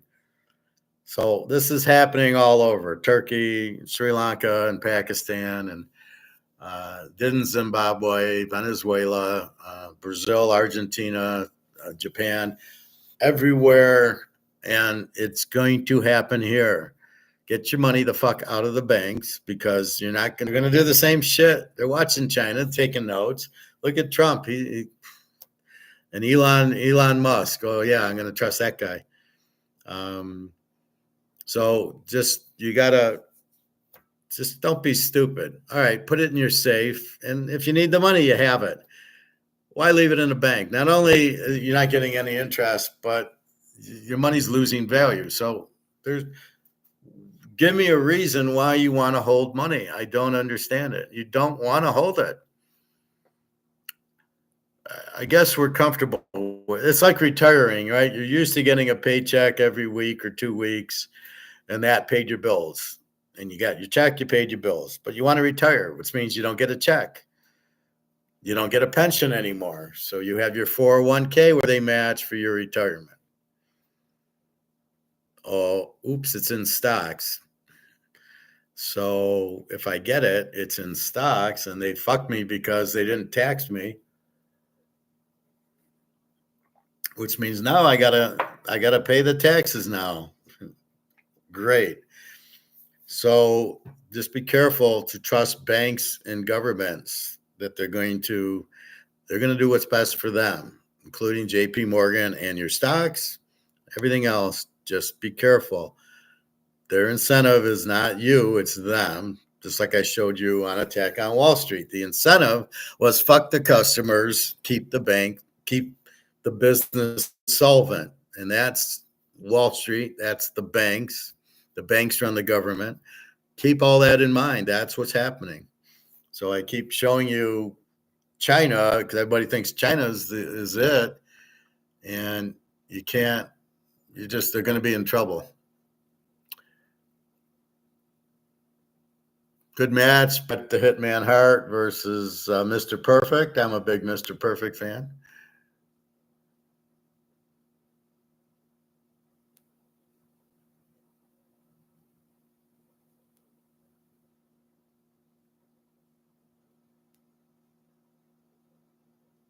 Asia will soon die. Well, it's already dead. Again, they need money. They can't get it. So what'll happen? So I showed you Asia will die soon yesterday or the day before. And they're showing you, though, 10 Asian countries. But what they don't tell you, if you were living in one of those countries, if you would have bought gold, you'd be the king. Because your money didn't lose value. The problem with all these countries and everything going on is they're in these, and these have been heavily inflated and are worthless. But if you got out of these and you bought this, or you bought your Rolex, or you bought your gold and silver, you're fine. In these real assets, you're fine. So if you own silver and gold, even though these are collapsed and worthless, and everything's priced in these are worthless, I'm not in these. I'm in gold and silver, and everything in gold and silver is going up. It's not going down. So you can take your gold and buy a house with it. This is my point.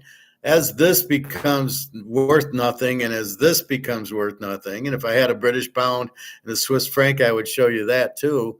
As those aren't worth anything, but you own the gold and silver is and can never not be worth something because you can't inflate it or print it. That's why we own gold and silver. So as I just showed you, China and the 10 countries collapsing in Asia, and last week was the 10 countries going bankrupt in Europe, Germany and the UK and Italy and France and Ukraine and Poland, I believe. I think Czechoslovakia. The countries are collapsing because the dollar's collapsing. All they need to do is come back with gold-backed currency. And guess who's doing that? Oh yeah, the BRICS. So why will the BRICS work? Because they got the gold, and that doesn't lose the value. That's why they're doing it, and that's where they win. Is they all the problems in the world are because they're inflating this and everybody's currency to zero, and everybody's panicking. Oh, I don't have any money to buy groceries or to live and utilities. Yeah, because everything's in those things. Just get the fuck out of them. You sitting in gold and silver, they can't make it worthless. So I don't know what they're planning, how these are the most stupid people. These must be NFL GMs running these countries or the same people. That's the problem, right? You got idiots in charge who aren't really elected, or maybe they are. I don't know. I think the president appoints them. So we're fucked because people in the government aren't qualified to do their jobs, but they're voted on popularity. Why did Trump? Is Trump the best president we could have had? No. But he was elected. He got the votes, even though he's not qualified. For sure, Biden wasn't qualified. But who is, finding a guy who can be the president, you probably got to take the CEO of, Apple or something and let him run the country, something like that. That's what they were saying with this AOC thing on Thomas Sowell was the CEO runs everything. He makes the decisions. He makes the company money. Bill Gates makes Microsoft worth a lot, not the programmers. Programmers could never make the money. They wouldn't know what to do. They would just program. But that's the thing. But Gates or whoever, I don't think it was Gates, whoever ran Microsoft made just like Henry Ford, made the computer affordable and put on the operating system Microsoft. And now he's screwing everybody with Microsoft Excel and everything. But the engineer who created the business makes the money, and you get paid the salary as an IT professional. I get paid for a finance position. What everybody else pays their finance people, pretty much. And that's how it comes across. And then I can go anywhere, and I usually do. And it's an auction for me. That's all it is. I'm a free agent. But I'm going to get that wage. I'm not going to get grocery store wages. Alyssa's a waitress. I go, why don't you work for a salary? Why do you take $2 an hour and work for tips? I mean, they're a bunch of idiots, the waitresses. I work for tips. Why do you work for tips? Why don't you make $20 an hour? I mean, they make more at McDonald's. Are your tips, okay, your tips are tax-free because nobody knows you make them. Fine. How much are you making on your tips? All right, $2 a table, $3 a table, you do 100. Are you making $300 tax-free every night? Okay, maybe that's why they do it. But I would never do the job. I would say I want $40 an hour to be a waiter. Anyway, so that's really the problem with government. The people running it are not qualified. It becomes it's just ridiculous. They just don't know what they're doing, and therefore they run it into the ground. I mean, look at the Treasury, look at the Federal Reserve. These people aren't qualified. You got a freaking lawyer running the Federal Reserve. How much Austrian economics does he know? So the whole system's set up to fail. The dollars, without being backed by gold and silver, are never going to be worth anything. The only lesson that we learned out of this, that I already knew, but you learned, is just keep buying gold and silver. And as long as they want to hold silver down, just keep buying the fuck out of it. Buy 10 ounces here, 20 ounces there. Don't tell me you can't afford it. It's $35 an ounce. And you can see when it gets up, they cut it back down. So everybody's looking, they're trying to play it like Bitcoin or Amazon. Oh, I want silver to go to $100 an ounce. And so when it doesn't, they don't understand. Well, wait, Bitcoin went up to 100,000. Why isn't silver going to 100,000? Because it's price fixed, and they don't. The question is, why aren't they price fixing Bitcoin? But silver will jump. They can't keep price fixing it only for so long, and it ends July 1st. And gold, look at gold. They can't price fix anymore. They're trying, but they don't, and it's jumping. Boom, boom, boom. Goes up. It hit 2,800, 29, hit 3,000, just about to hit 3,100.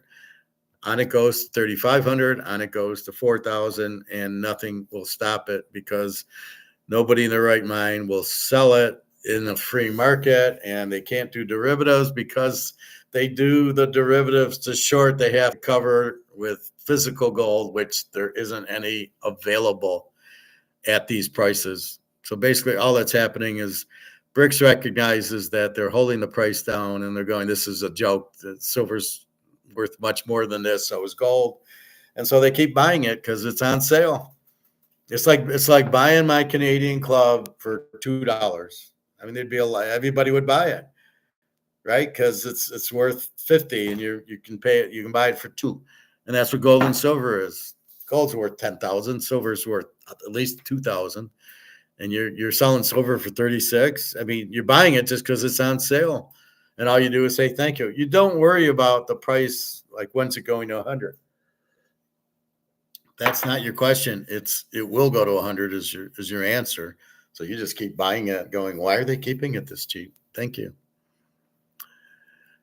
So let's see, anything else? Do you guys like when I put these the Bellagio and Caesars as my background on my videos? Because I see this kind of stuff. And I go, oh, well, that's nice, but I don't know how to do that. So I do this, and I just put my picture when I was at the Bellagio on there. Anyway.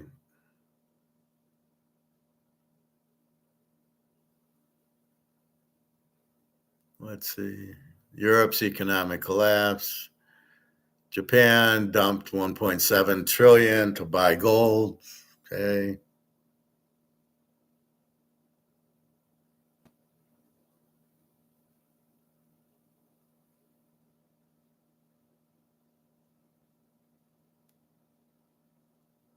Let's see. I want to watch this match. Bret Hart versus The Undertaker versus Stone Cold versus Vader. I want to watch that match. I started watching it, and then I got distracted.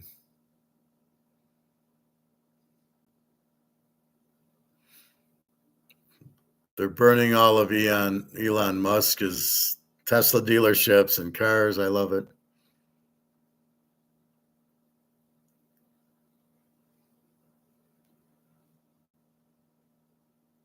I love this. Silver holders will become millionaires. Yeah, when? It's going to take a while, but it won't happen until COMEX blows up. And then you got to buy enough silver. Even at $500 an ounce, if you only owe 1,000 ounces, you're only going to be worth $500,000. So I don't know where he's talking a million. Is silver going to 5,000 an ounce? Then if you have 500 ounces, then you'd be a million. Good match here. Piper versus Bret Hart. Very good match. I guess they know each other. Piper knew Hart. They were friends, I guess.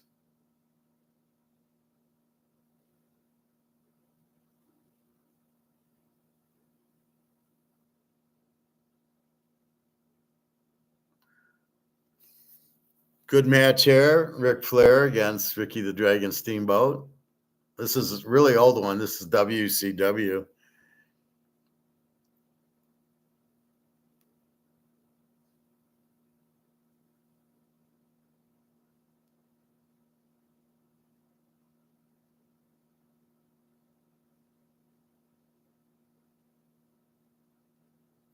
Six signs of a low-value woman.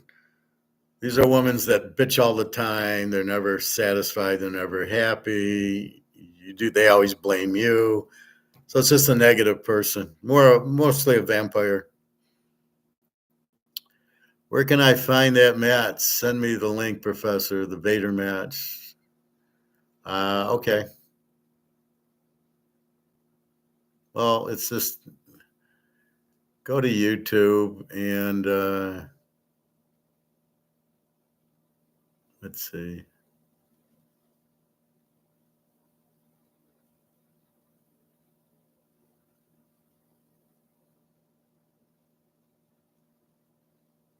It's on WWE Vault. I mean, just go in and type in, let's say, Bret Hart and Undertaker. So, I mean, so just go on YouTube. So what they're showing, because WrestleMania is coming out, I guess, tomorrow or something, Sunday. So they're showing a lot of WrestleMania and these exclusive matches that aren't normally on. They're on pay-per-view.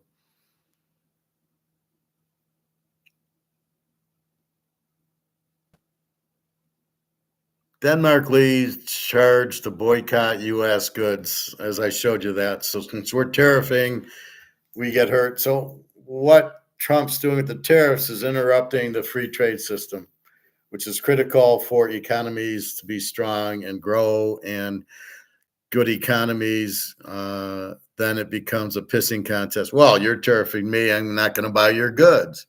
Well, nobody wins that, right? Our sellers who sell, let's say, butter to Copenhagen, they don't get bought, so that hurts our butter industry. And then we tariff them, so we don't take their goods because now they're too expensive. So who gets hurt? Us, when we go to the grocery store and things are more expensive because you're fucking tariffing these things, unless we can find substitute goods, which is critical. All right. I guess that's it. Last look, we've got basketball tonight. Michigan under 144.5. Kentucky plus 4.5. Michigan plus 8.5. Houston under 133.5. And our last look at what gold's doing.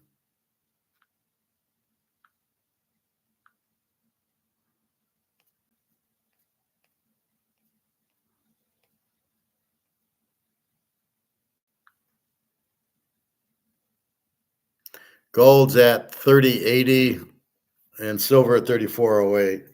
So take advantage of silver at 34.08. Gold was up to 30.86, doing a little dive, but it's not much. 30.80. Again, it's a derivative, dropping the price. Gold going from 30.71 up to 30.84 was a derivative.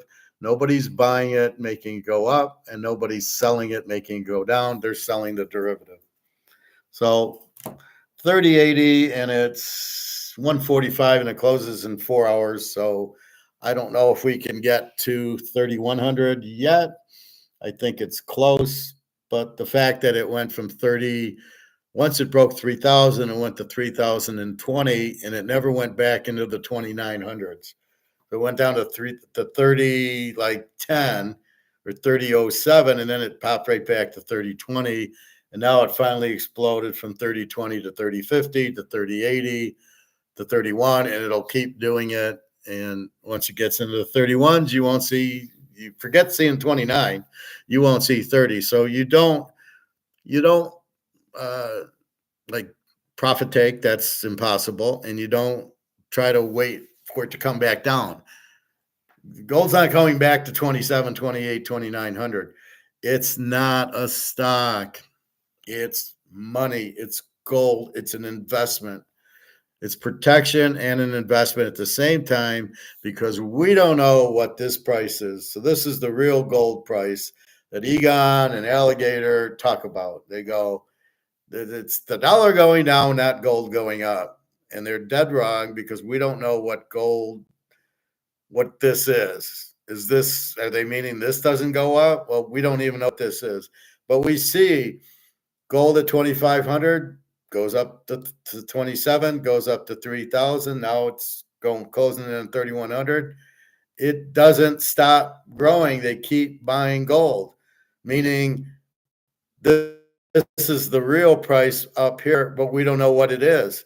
Here's COMEX, keeps going and going and going until it gets to this. But this will keep moving up as the more BRICS countries go in, this goes higher. As the euro goes in, this goes higher.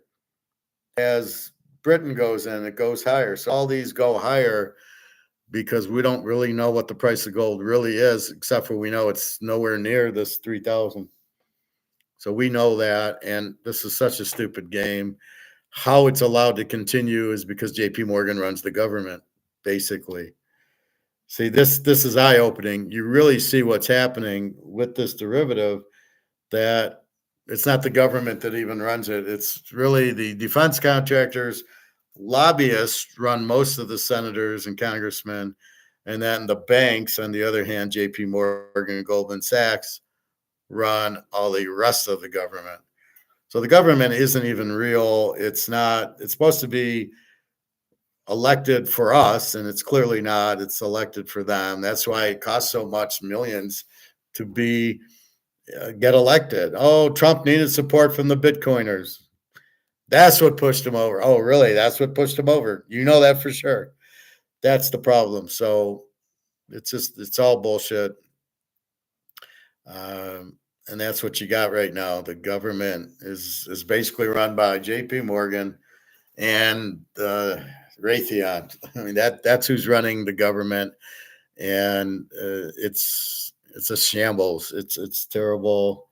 It needs to end. It needs to be blown up. It needs to get back to a very small, limited government, no income tax, gold-backed currency, good laws, and a small military, not a defense contractors. That's not, that's a no-no. You don't want that. And that's the problem. That's why we're always at war, so they can increase sales. Meanwhile, what happens with that is wars are very expensive. So you want to keep having a war, how are you going to pay for it? So we keep giving the money to the defense contractors. They give the lobbyist gives the senators $1 million. He votes for the defense, and they get it all back from whatever, however, they just print money to pay him back. That's another reason we don't have any money. It's worthless, is they keep printing it for defense contractors. Now we got the interest and the debt, Social Security and Medicare and all the government pensions and all the government staff.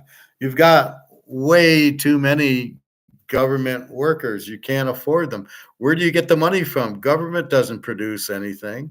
They don't produce cars. They don't produce buses or build buildings or anything. You know, that they don't actually sell anything, right? So they don't build things to sell. They shouldn't be building roads. That should be a private company. You got Ford making cars and other people making houses and real estate. That's what the government should only be in those 5 things I'm telling you. And half of them they don't have to do anything. Free trade's free trade. Gold-backed currency, they don't just leave it alone. And limited government. So, most of their shit they don't have to do. Just take care of the laws, make sure they're just, and a small military. The military should only defend the U.S. It shouldn't be in all these different countries. So this is the problem, and we're fucked. And there's no way around it. The magic cure is gold. That's the magic cure, but we don't own any. And nobody believes we got 8,000 tons. Nobody believes we got 800 tons in Fort Knox. We apparently don't have any. Now they're making the story up. Oh, they're in these missile silos of the nuclear missiles. Yeah, right. Okay, so now we got to go to each one of those to see the gold. Yeah, okay. Unbelievable. So we're all being fucked, but we've figured it out, and our out is gold and silver. That is freedom, because first of all, they don't tax it. Like if you put money in the bank and you draw interest on it and you make $20,000, you got to pay tax on that. That's income to you, but not in gold, not in silver. I'm holding my gold. There's no capital gains. It's not something like a stock where they can report it.